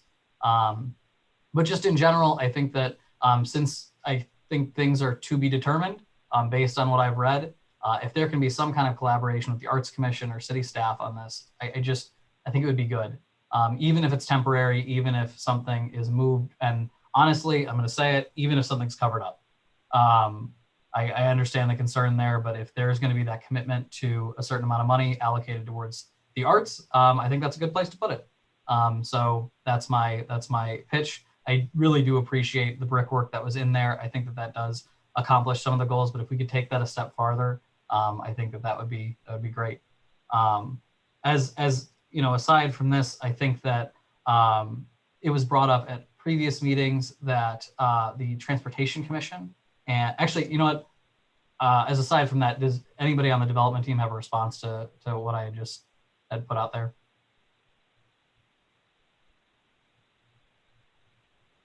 Aaron, yeah. All right. No, all Sorry good. about that. I was pushing the wrong mute. So yes, I think we're interested in that. We can evaluate whether or not we could do something further on that wall. We have probably a question into as whether, you know, we would be able to implement banners. I don't know if they've been historically maybe not allowed by the ordinance, but we are certainly interested in pursuing that evaluation. Certainly would be open to evaluate something on that wall. We don't intend to meet we would intend to meet the public art requirement another way, because this is temporary, but we certainly are open to taking that next step and doing some evaluation. Okay. All right. And then actually that is one of the only other questions that I had in terms of parking. Are you guys looking to utilize the lot that is directly across the street in terms of construction, and then also folks that are going to be working in there? Is that going to be something that's put in the Center City lot, or are you looking at maybe purchasing permits at different lots that might be a little bit farther down Albert? So it is our intent to rely on the city parking system during construction, as well as after construction during occupancy. I think there were 3 potential lots that we were looking at, and we rely on some guidance from the city of East Lansing to help us make that determination. Okay. Other council members, questions? Yeah, go ahead, Mayor Pro Tem. I wasn't going to talk about art because you talked about art. I actually, I don't know, I thought the brickwork was kind of an elegant solution to that wall. As the representative artist on council, I'm pretty opposed to anything that would erect a potentially expensive mural and then cover it up quickly. And then I would just caution everyone to consider the weathering of whatever attached type of art you might do there. I have been privy to several badly weathered public art installations, and that I don't know, kind of almost worse if things start looking tattered. The same criticism of banners as well. Banners age badly. So anyway, I'm excited to hear that you're not relying on that wall for your public art component, because I do feel like its days are numbered. Dressing it up in some way temporarily seems great, just considering the fact that solar degradation and wind and weather and all of those things have effects on whatever gets hung there. My question was actually more in terms of what it means to have an on-site delivery site. I think that that is essentially how the hub development operated. Maybe Mr. Fehrenbach can clarify that, where there weren't materials stored on site, but instead they were coming in kind of as being used. Am I correct in remembering that that's one that we've staged similarly to that?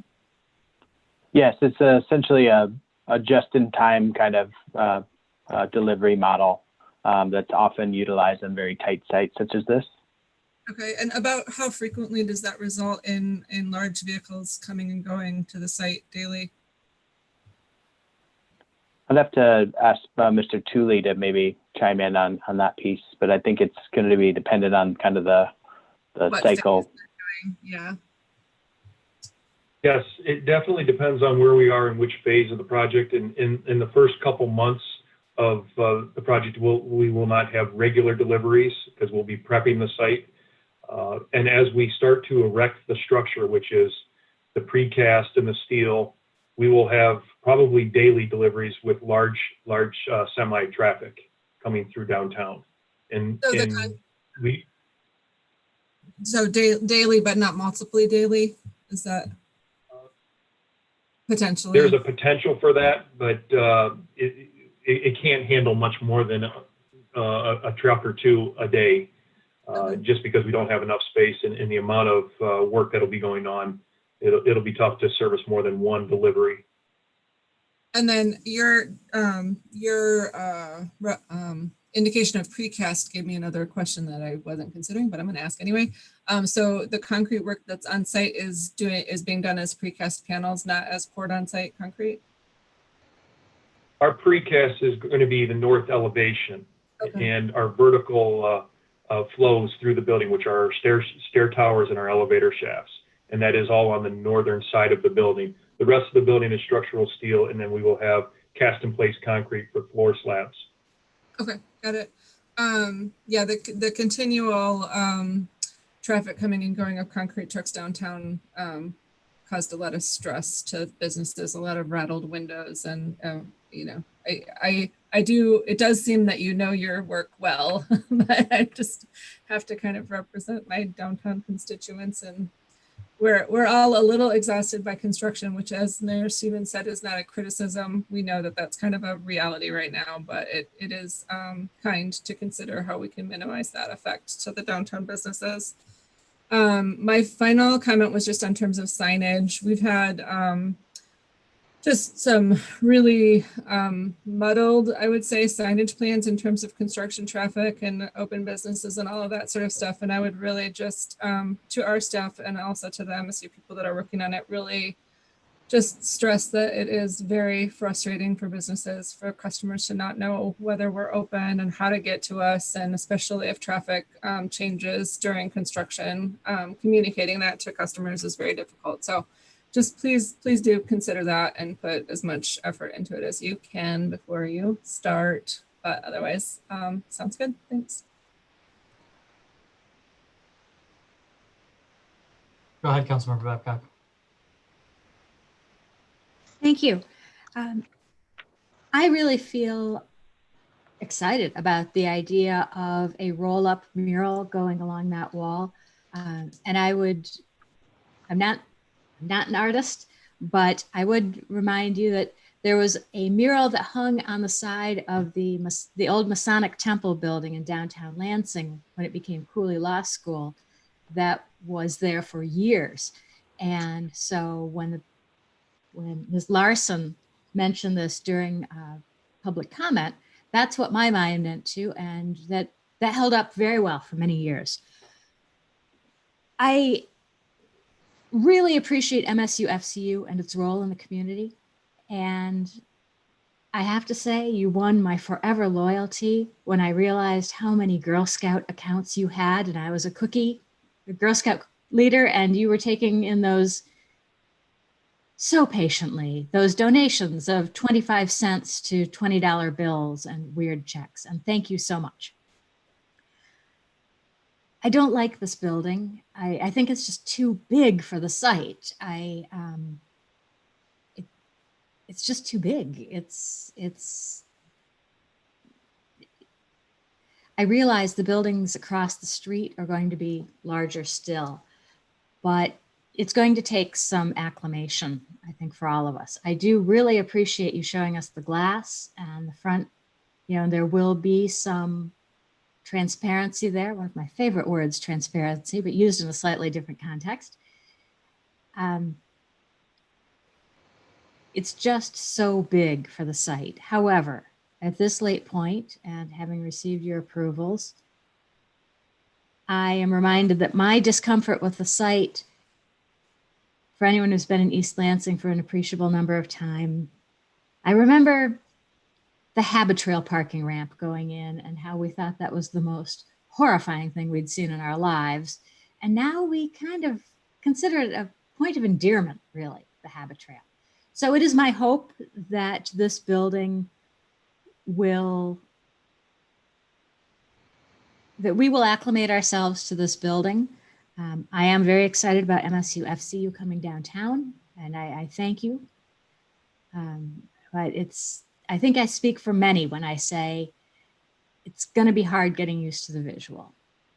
That said, I'm going to support this. I've received support from members of the community, and I think it's the right thing. If I could go back in time, I would just personally, I'd like to shrink the building by a couple feet in each direction. Thank you. Councilmember Babcock. Other council members? Go ahead, Dana. Hi, Jeff, I appreciated your slides and I was wondering, is it in our packet somewhere? I don't believe that is, and actually that was going to be a question of mine as well, if we could just have those available to the public at some point after the meeting. Yeah. We could have those maybe sent to staff and put on our agenda after, that'd be great. Okay. And it's easier for me to see if I can, make it bigger or smaller. In our packet of 151 pages, is there a shadow study in there somewhere?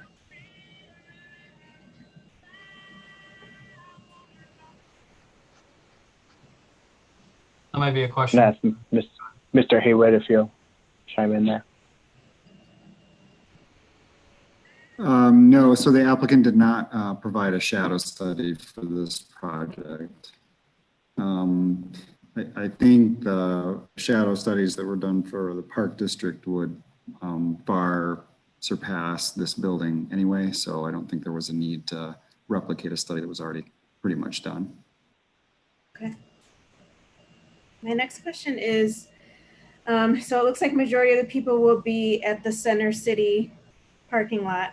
And so what percentage capacity are we at right now? And then what are we looking at once all the buildings are up as far as capacity goes at Center City parking? I believe. So, yeah, I'll field that one. We currently have quite a bit of capacity at Center City, along with the entire system, unfortunately.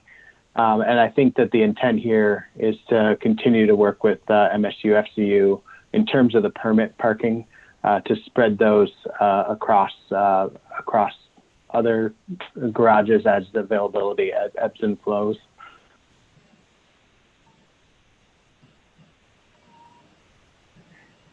And so is there any anticipation, like I've been in parking ramps before where it takes forever to get out because it's that time. So is there any anticipation that there's going to be a cram time where people are waiting in the parking ramps to be able to get out onto the road?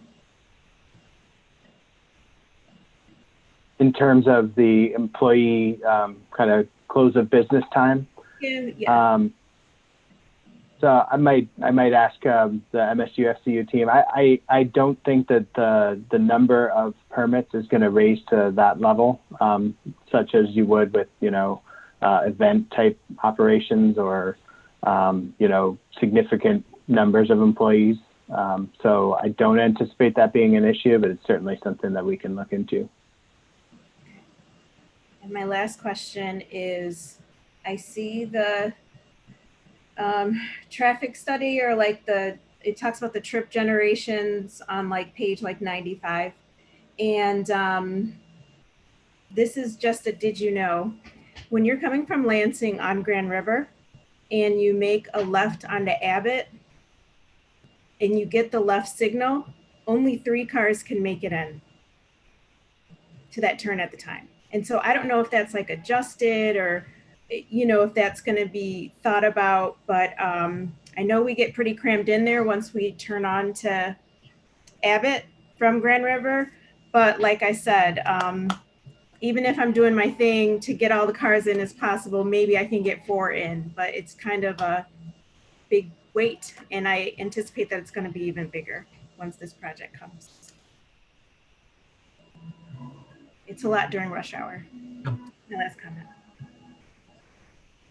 Thank you very much, Councilmember Watson. Go ahead, Councilmember Bacon.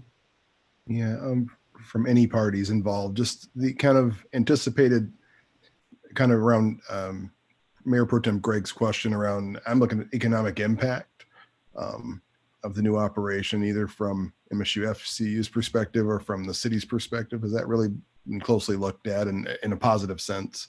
What the anticipated was economic impact of the new frequenters of downtown and that kind of thing? Was that part of the consideration? It certainly was. I mean, let aside the sale of the property at its market value, but also bringing in significant numbers of employees, some of whom are not currently working in East Lansing, and essentially, you know, what that will do in terms of adding to the really the backbone of the daytime economy. You know, creating demand for products and services on the ground floor, and also the hope that, you know, that this type of office development will be the catalyst for additional office development, which will strengthen even further the downtown core. Our economic development strategy, several of the key points really have to do with diversification of the types of people that are attracted to walk downtown and ultimately spend money and frequent our businesses here. And I think that not only the employees in the building, but also the fact that they have a very concerted effort in terms of the community space and how that's programmed to bring additional people in at different times of the day. Again, you know, the idea of that then creates some secondary effects for the downtown businesses and their ability to sell products is all very positive. And I think that in terms of the demand for services for this type of a use is traditionally very low, and so there really aren't a lot of costs associated with an office product as opposed to, you know, sort of residential type of use. So bottom line is it's very positive. We have not completed an economic analysis, probably because, you know, the expectation is it will be very favorably positive for the city ultimately.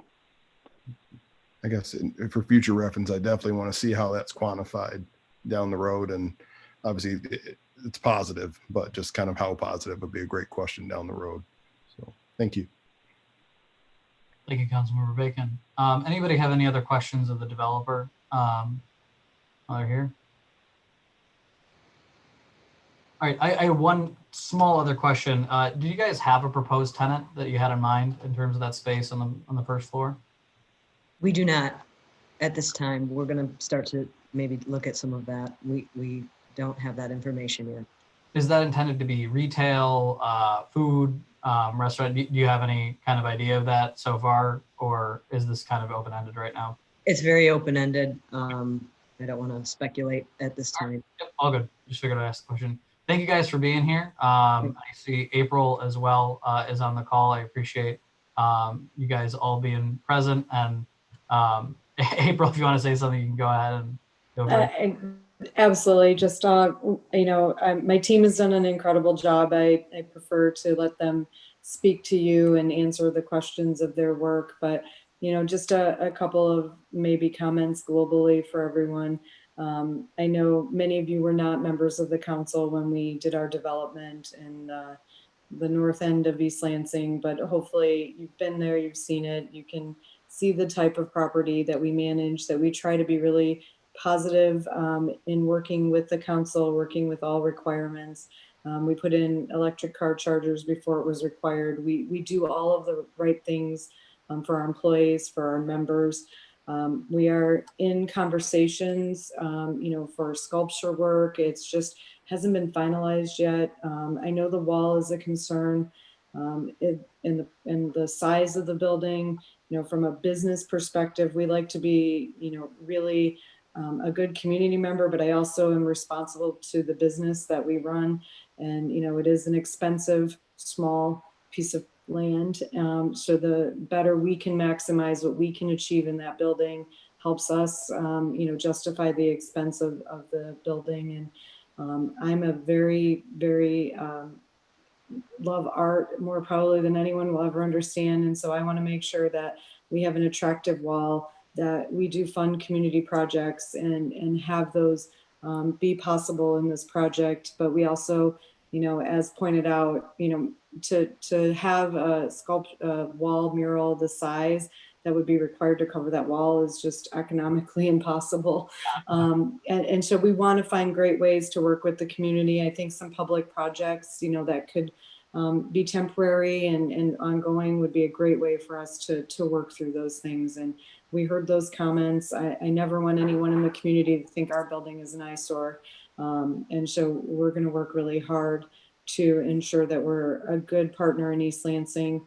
I know the economic value isn't defined, but I can tell you we're one of the largest taxpayers currently with our existing buildings, and employ some of the highest number of employees in East Lansing, and those folks will be paying the city income tax as they work in that building. So, we'll be adding positions into that building for years to come. And our team is super excited to be downtown and in a vibrant community. We're looking at partnerships for the spaces. Aaron, and I are not at privilege to talk about it, but they're not in the typical retail that you would expect. And I hope that they're with some of our other partners, and they're going to be really good for the downtown. And as soon as we're able to have some, more positive commitment on that, we're going to share that as soon as we can. So, and we're not looking to bring bars and restaurants into our building either. Great. Thank you for that. And, just putting it out there that I have had the privilege of being part of many different community events, many different organizations. And, when you're talking about who's a sponsor at those events, I don't think I've been to a single one that Msu Fcu isn't. From the MLK luncheon to art projects throughout the city to, I can't even count how many. So, appreciate that. And I think that you've proven time and time again that you're a community partner in that. And just listening to, I think, our concerns is a great thing. So thank you for being with us, and looking forward to the council discussion going forward. Thank you. All right, Emily, I will ask if you could remove some of the Msu Fcu folks. We'll have a council discussion on this. And folks, if you still do have questions for any of the members of that development team, let us know, and hopefully we can bring some people back in. Thank you so much, everybody. Great. So council discussion on this matter. I want to kind of have an open discussion about it before there is a motion. If folks have thoughts on this or further questions of staff, please go ahead and feel free to chime in. You don't need to get called on to do that. So go ahead. If not, I'm more than happy to begin. Yeah, go ahead, Councilmember Babcock. I am concerned about the traffic because, as Councilmember Watson noted, 3 cars is pretty much the max. I've never seen 4 cars make it through there. And now, particularly with the pickup and delivery of food, there is only one lane to turn into if you're going north on Abbott. The eastern lane, the sidewalk lane, is almost all, actually I haven't not seen it blocked by something or other in the past year. Uber, food pickup. So I think we're going to go forward with this, but we do need to start thinking about how we reroute traffic and how we protect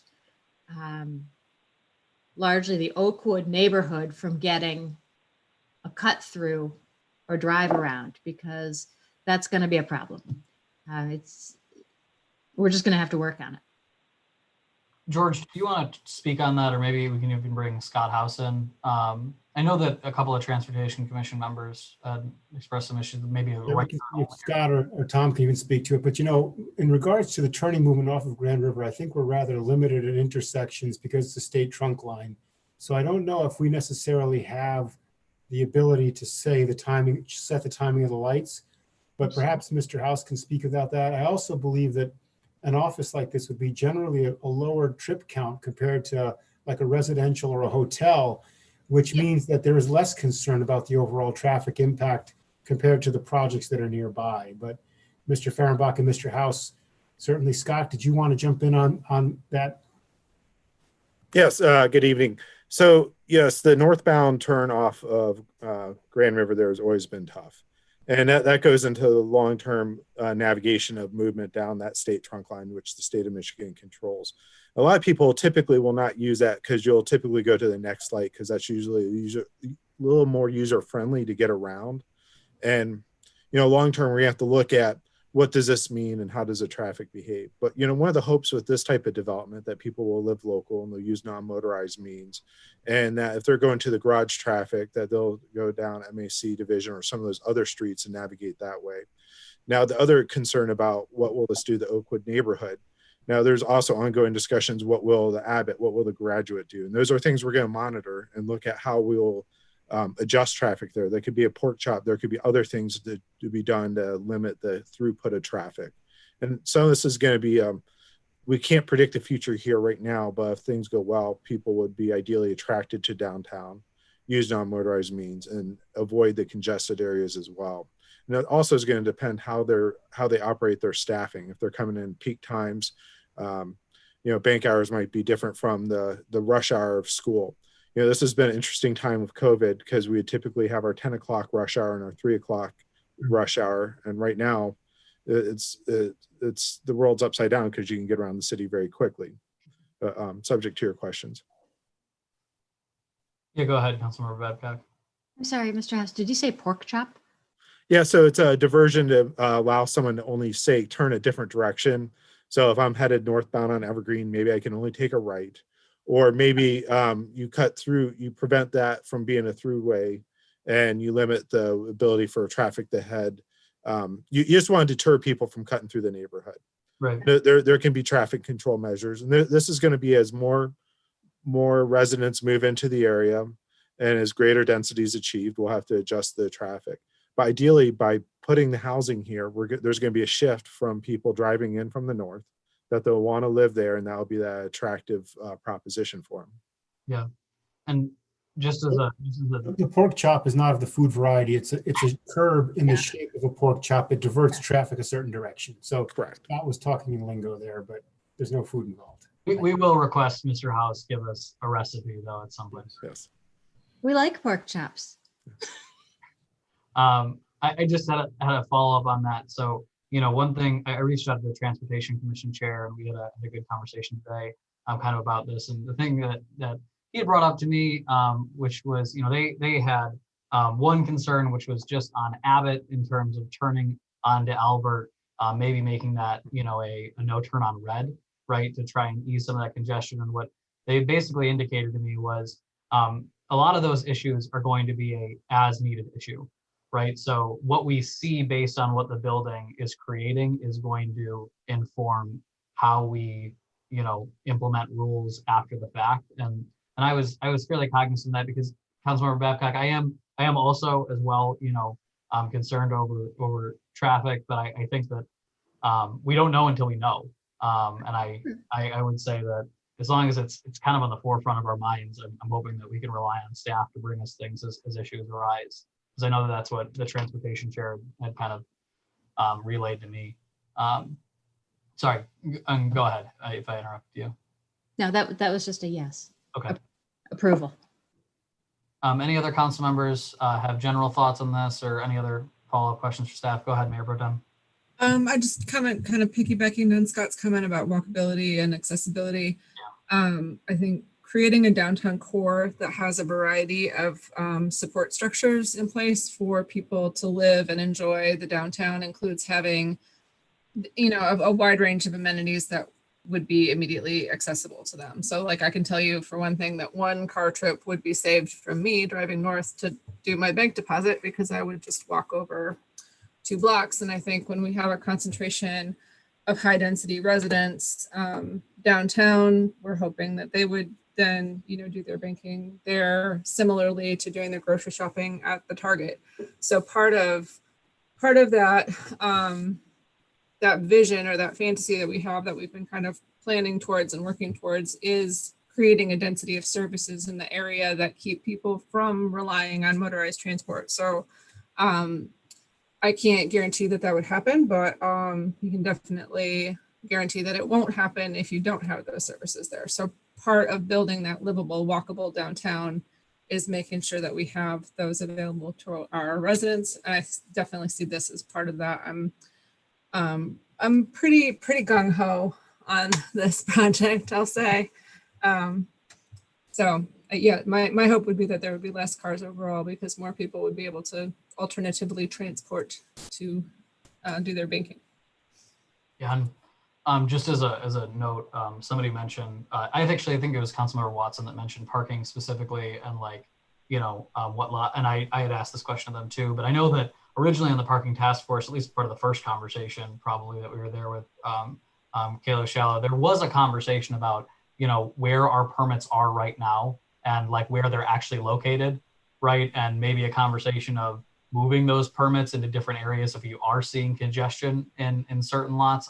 And it just came to my mind when, I'm reading through this project proposal that this might be one of those things where if they're purchasing permits, we reevaluate where our permits are. So maybe, it's folks that are parking a couple blocks away to get to this project, eases congestion on Abbott, or maybe that center lot that might be located near other businesses. So I'm sure that's part of the conversation, but definitely something that I noted.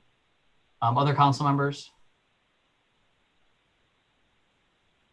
Okay, so I'll just say I'm in favor of this project. I'll be voting for it. And I'd just like to thank staff, Mr. Fehrenbach, Mr. Lahanis, Mr. House, everybody that's worked on this.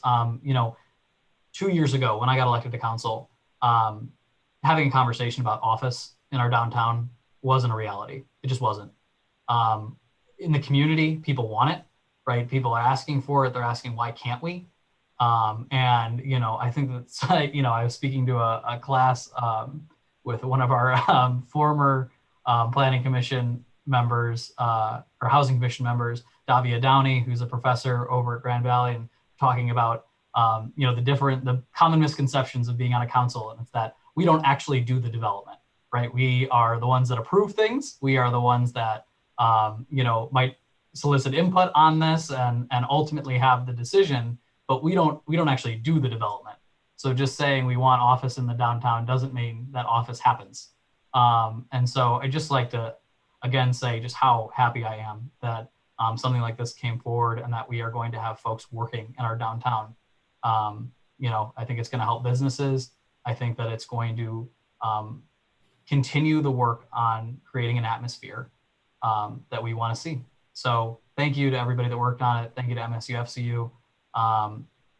This is, I'm really excited going forward. I think that I've expressed some concerns, and I certainly have, things that are in the back of my mind in terms of traffic and that wall, but overall, I think this project is very, very positive, and I'm looking forward to seeing things move forward. So that's my overall comment. If other folks have comments, please go ahead, but I'll look for a motion as well if there aren't.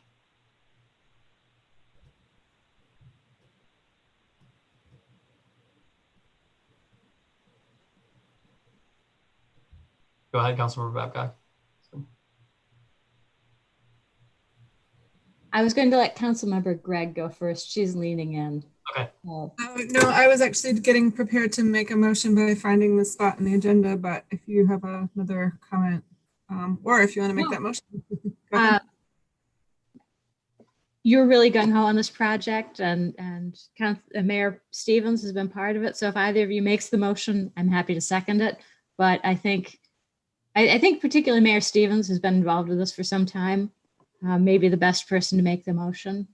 It's a little hat tip to him. I think that the city manager and staff had a heck of a lot more involvement than I did. I'll tell you that much right now. Actually, speaking of which, city manager, did you want to speak on this at all? I might want to speak as soon as you pass or as soon as you take your action. Okay. Fair enough. That might be, I don't want to jump the gun on your action. Fair enough. Fair enough. Mayor Pro Tem, did you have a motion for us? Yeah, I move approval of the application and site plan and special use permit from Newman Smith Architecture for the property at the northwest corner of Abbott Road and Albert Avenue, formerly City Parking Lot Number 4, to construct a 7-story office building, including an Msu Fcu branch, credit union, community space, general office space, leasable tenant spaces, related support and service spaces, and related site work. Also, how do I say that? Including the 16 requirements from the Planning Commission referral letter. Is that sufficient? I believe so. I will second that. Very happy to second. Any discussion on this matter? I've already said my piece, so. I'm excited to welcome MSU to the downtown. I think we have been wanting, assuming that we all vote in the affirmative, or that enough of us do, we have been wanting an office tenant for the downtown. I can speak firsthand to the desolation of being a business in downtown East Lansing during those 3 weeks or 3 months of summer when 2/3 of our residents are not in resident. So having a permanent office building with full-time employees here to anchor our restaurants and our boutiques and the other things that we appreciate making downtown so livable, but to kind of help bridge that 3-month gap is a really crucial part of making everything that we're trying to make work downtown work.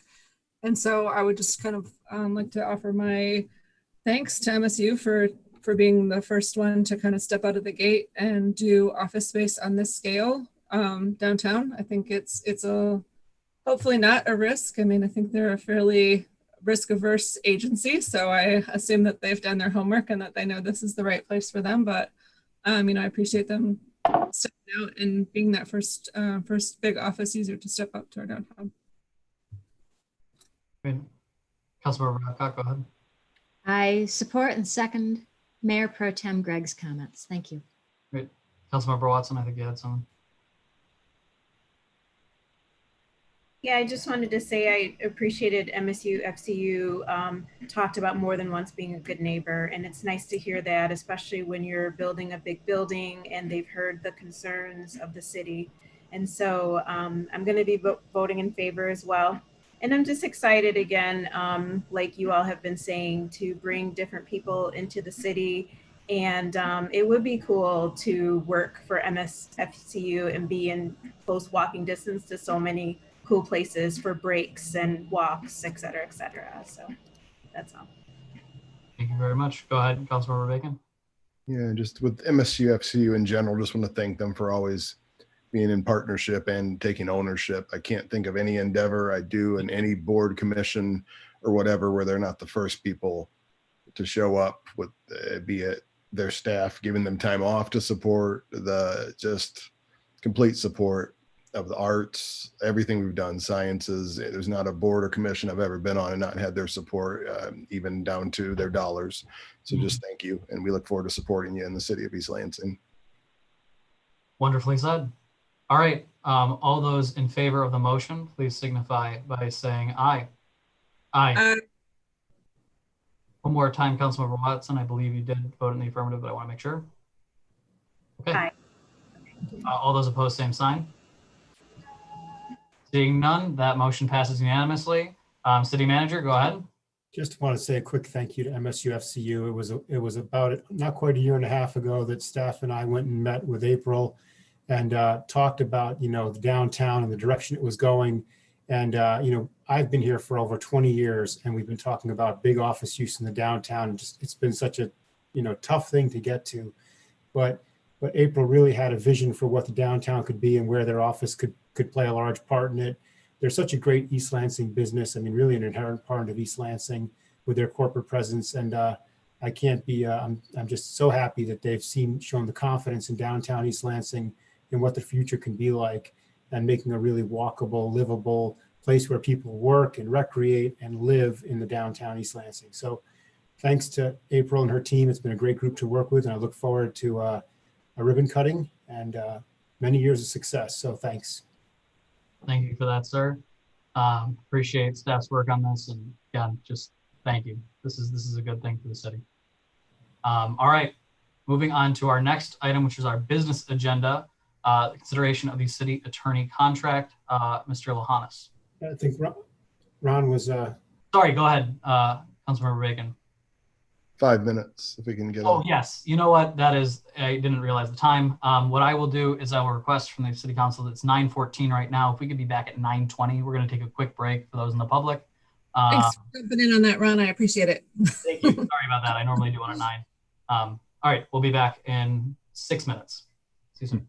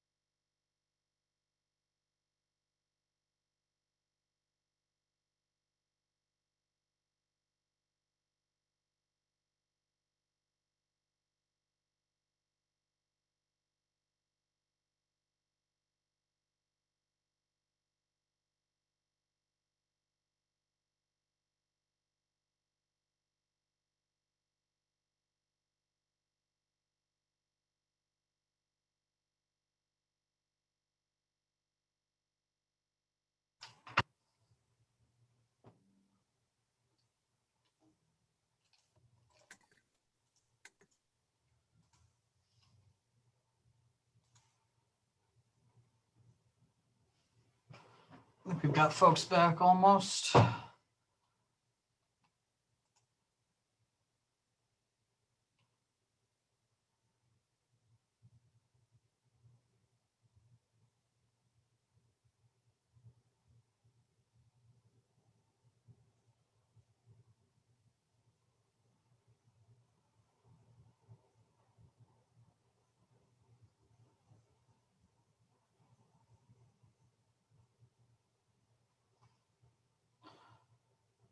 See Dana coming back. I see Mayor Pro Tem. Waiting for Councilmember Babcock and Bacon, and we will. Oh, there's Councilmember Bacon. Thanks for holding me on that break. Sorry, I didn't see the time.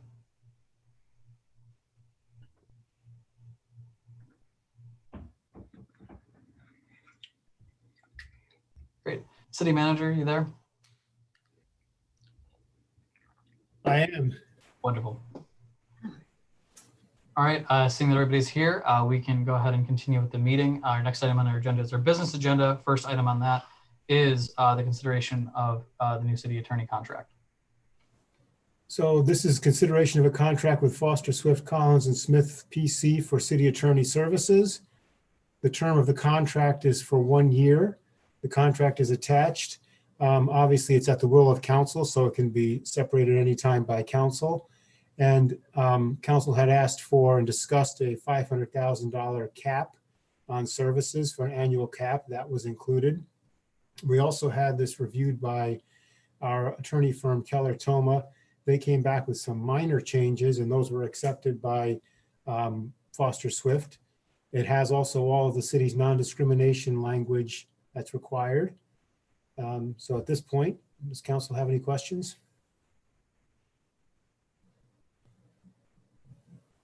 Go ahead, Councilmember Babcock. Just for point of clarification, Foster Swift agreed to the $500,000 a year cap with the caveat that they could bill more if they had the approval of council, correct? Yeah, and also I clarified that when we got to 500,000, if for some reason we spent 500,000 after 8 months, that their service level does not change, that they would continue to provide services at the same level for the 1 year period. So it's not like they get to $500,000 and then they withhold services. They actually will continue to provide services at that level. So yeah, but yes, you're right that at that point there could be discussion about paying them more, but they've agreed to provide all the services for that price. And I'd just like to say that I support that clause simply because, number one, it would have to get past the council. And number two, there are things that happen that may require legal services. We don't know. But again, that won't be paid unless a majority of the council agrees to it. And we will, I certainly make the commitment, and I think all of us do. I wouldn't call us cheap. We're just tight with a dime. And we're going to be sure that if anything more than that is spent, it was in the interests of the city of East Lansing. Yeah. Mayor Pro Tem, I know you had a couple of comments on this. I did just have one. I was looking at the out-of-pocket expenses that could be billed in addition to the attorney fees. Most of those I have a fairly good handle on, copy charges, postage. I am not familiar with what expert witnesses expect to be paid for their time. Is that something that could add up considerably in terms of cost overall? It could, but I believe generally that's when you're engaged in a litigation, which would be a special matter, not ordinary, but so I think that would be more out of the ordinary, but yes, it could be quite costly depending on the litigation. Okay. That's the best answer I have. Well, that more than I knew before, so thanks. And then I just wanted to clarify, so when we put out the RFP for this contract, we were it was specifically written to replace the services that Mr. Yaden had been providing to the city. And that did not include, clause here. That did not include employment, bond counsel, tax tribunal, litigation. So those things were not included in this contract, but that is because that is how we phrased our RFP. So I guess not knowing who was going to apply for that, it was a little bit difficult to predict what services the eventual law firm that we chose would be able to provide that we weren't anticipating. So in this case, I believe that the labor services definitely, I understand that we have kind of, bonds are not my strong suit. I'm having like flashbacks to algebra. I'm working on bonds. I don't understand why we have separate bond counsel, unless, is there a reason for that? So, you know, I think accepting this contract as it is how we wrote it in our RFP. But what would, if we decided in like 2 or 3 months that we wanted to have the new law firm take on additional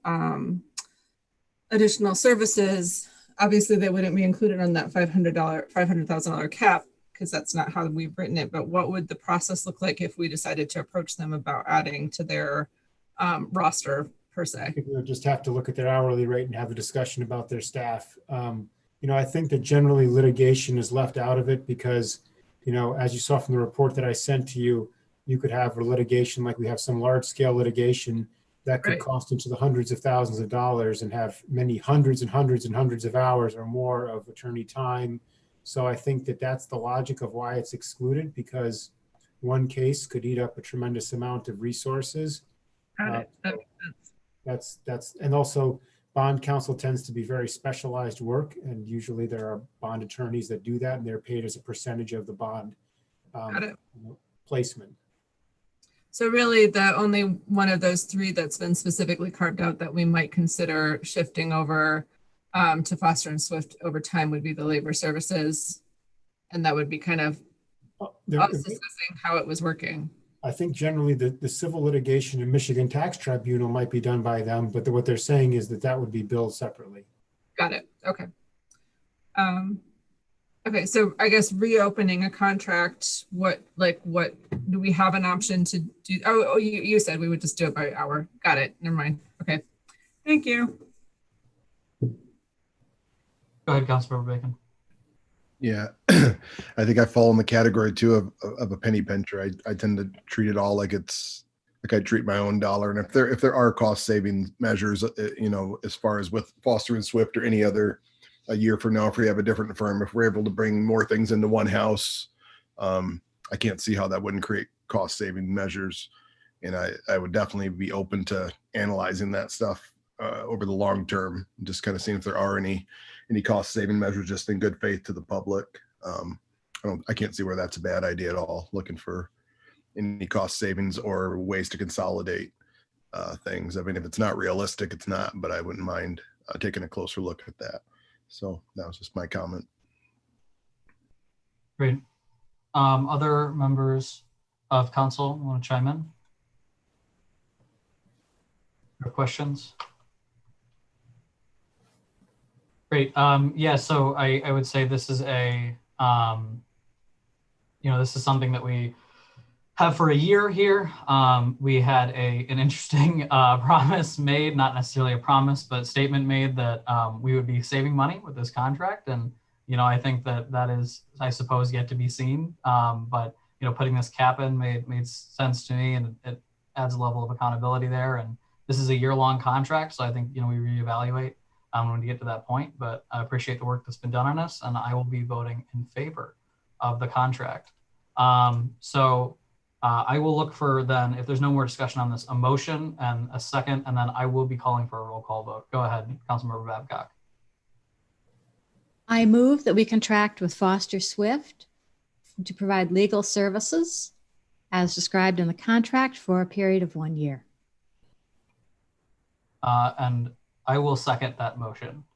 And any discussion on that motion? Go ahead, Councilmember Reagan. Just a question. This is probably posed to George. just long term, they were mentioning kind of the comparator between being capitated and then having kind of the non-retainer version of this. Would we be able to see numbers kind of how they actually work out and get a kind of report on the back end and see if we'd gone with the uncapitated versus the non-retainer versions that they discussed in the presentation? I'd like to I see. think we're going to be able to see their billing and their hourly billing over time. So we'll know if we hit the cap and how that looks over time. We'll also get to see the impact of if there's other litigation, civil litigation or tax tribunal. So we should be able to have a pretty good assessment of how that looks. And we'll keep track of it all along. Thank you. Go ahead, Councilmember Babcock. Because it's a one-year contract, we can adjust accordingly in about 12 months. So. Agreed. Any other discussion? Great, seeing none. Will the clerk, I'm going to call for a roll call vote here. Will the clerk please call the roll? Councilmember Babcock? Yes. Councilmember Bacon? Yes. Councilmember Watson? Yes. Mayor Pro Tem Greg? Yes. Mayor Stevens? Yes. Thank you very much. Seeing that, this contract unanimously passes. Thank you for your work on this and looking forward to moving forward. Our next item on the agenda is consideration of the city manager's contract. This has a liaison as the city manager, and I'm happy to pass it over to him, but I would first like to honestly pass it over to Councilmember Babcock, who has been kind of instrumental in this process and worked with me through it. So go ahead, Councilmember Babcock. Thank you. I think the first question that I would answer has been addressed during public comment and addressed well by Councilman Bacon, which is addressing the fact that we did a 360 review. In many ways, I feel like this year's review was an abbreviated review, but we are going to work on a longer process. Councilman Bacon has, I think, more experience with human resources and evaluation than any of us. Certainly not me. I do my best, but I have almost always been on the employee side of hiring. I've hired contractors, but as far as setting a contract for a long-term employee, I think as we review the city manager's performance, I am particularly impressed with some of the things he's done in the past few months, the policing reform plan, and along with that, creating the I'm getting tired, I'm not speaking as clearly. The diversity officer, Ms. Hardy, was an inspired pick, and I think really addressed the values and priorities of this council. And I look forward to going forward with that. The contract keeps the city manager's pay the same. We do have a 1.75% COLA increase, and we have reinstated something that was stripped in the previous contract, which was a one-year severance. We have discussed back and forth whether a one-year severance is the right amount, too much, not enough. And the consensus is among council members, as we've considered this, that it takes a lot of time to move from city manager position to city manager position. And I've certainly seen that in other local governments I've observed. I think those are probably the two most salient.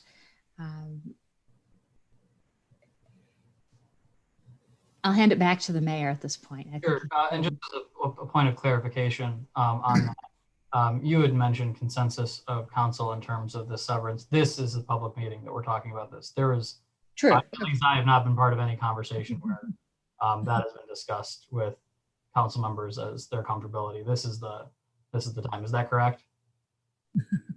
That is correct. I just, I know that individually I have mulled 1 year severance in my line of work is a lot.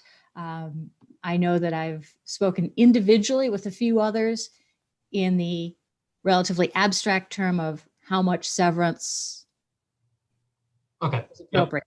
But no, there has been no group discussion. There have been no group emails about that.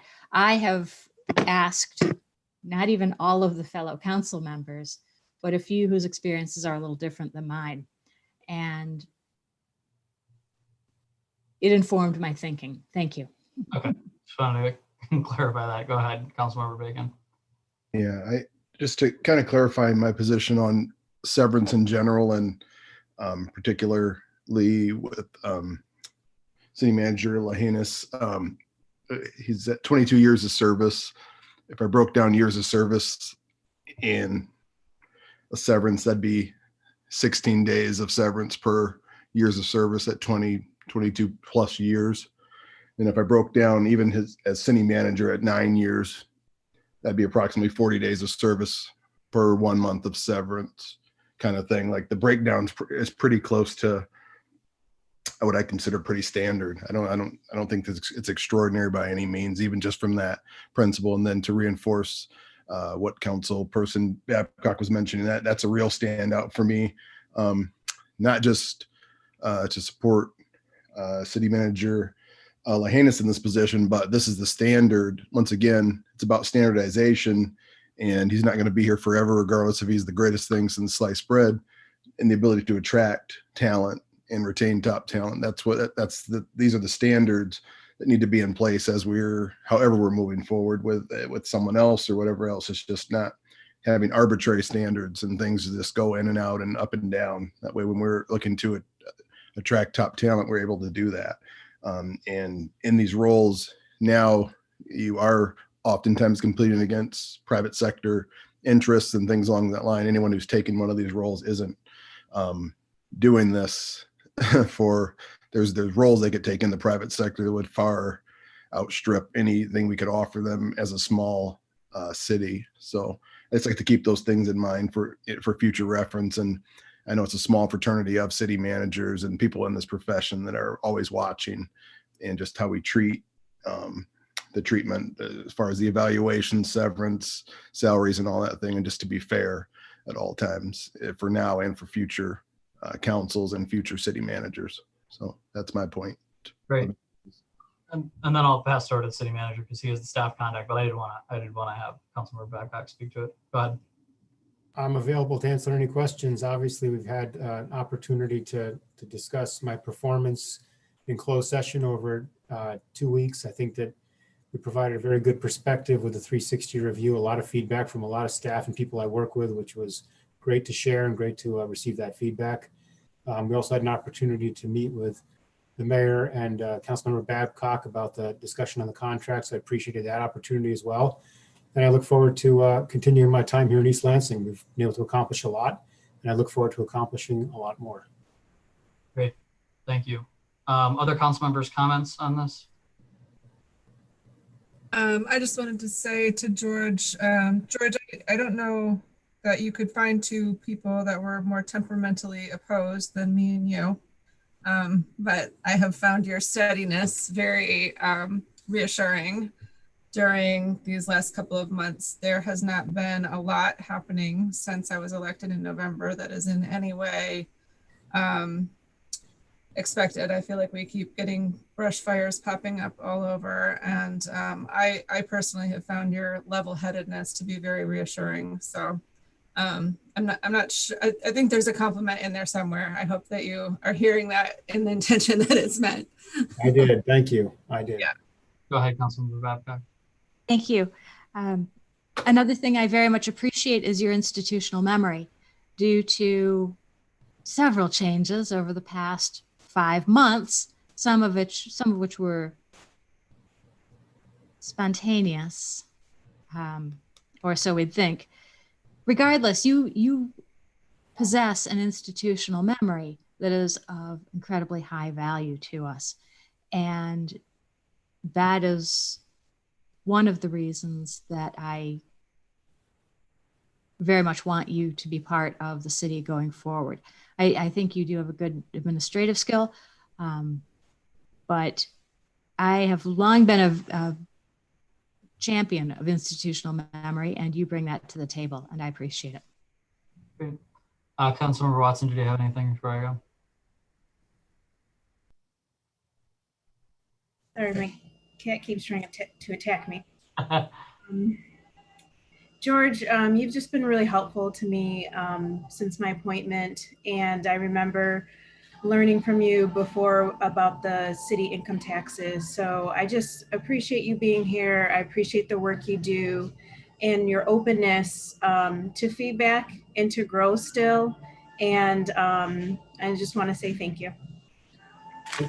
Great. Yeah, go ahead, Councilmember Bacon. Yeah.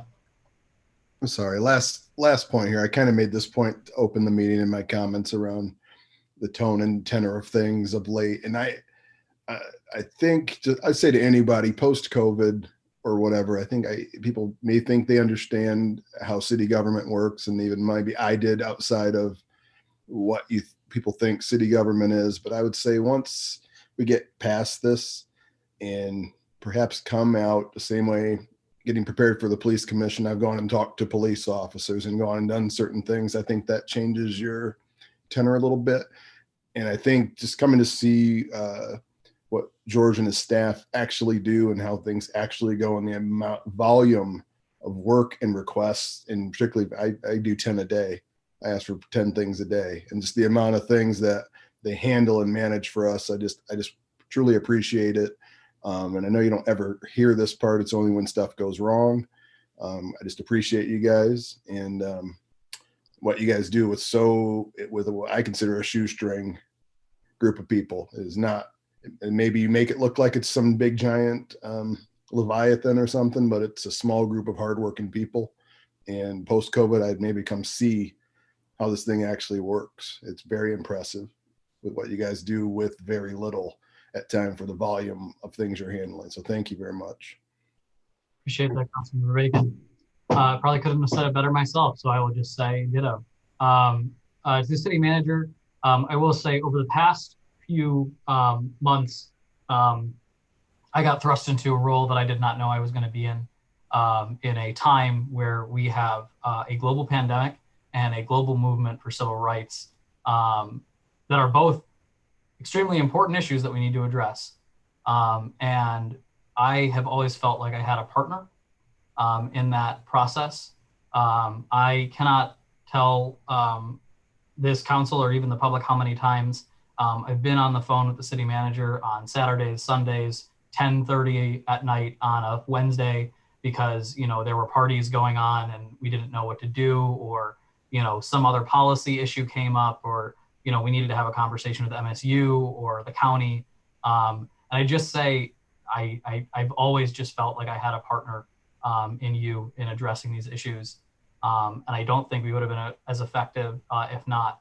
Going forward, I just want to encourage more of what I've been seeing over the past few months, which just has been, you stepping into the light a little bit more, giving opinions, encouraging staff to do so as well, and just getting council's input on things that might not, come up ever again, but might be cool to have a council discussion on.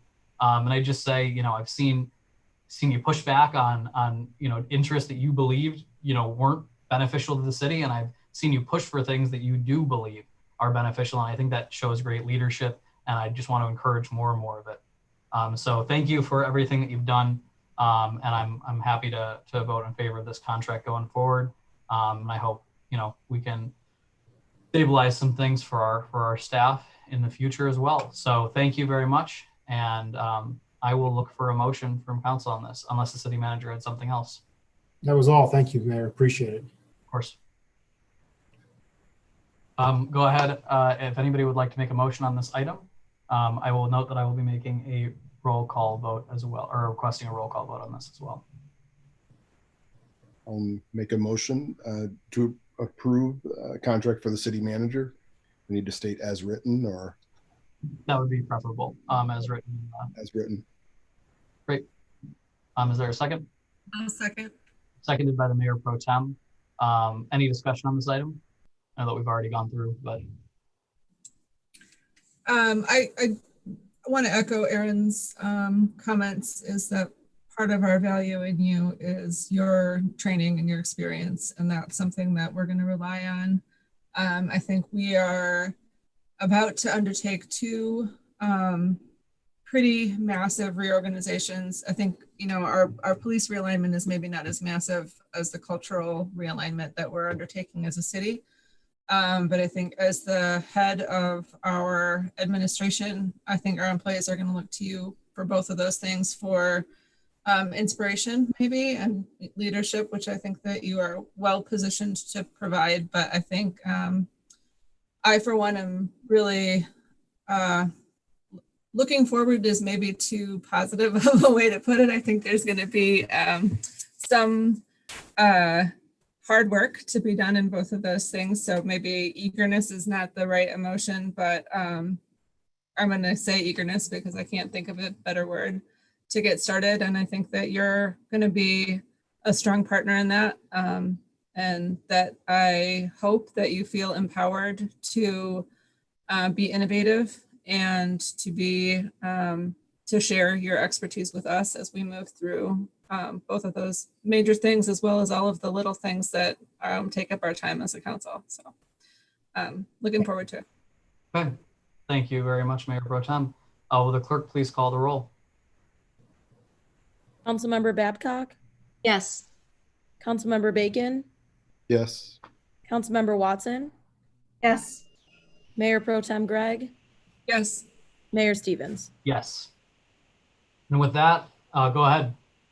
I just want to say I greatly appreciate council's support and look forward to continuing to serve this council, this community, and work with an excellent staff. Thank you very much. Thank you, sir. And as that is the last item on our agenda, before we leave, I am going to take a point of privilege to address. We accomplished a lot at this meeting here. And I think that we are at a time where we have endured a lot of unrest and a little bit less stability than we probably would have wanted. But I think that this meeting serves as a moment where we are turning this page, we are moving forward, and I'm excited to get to work. And I'm excited to work with this council.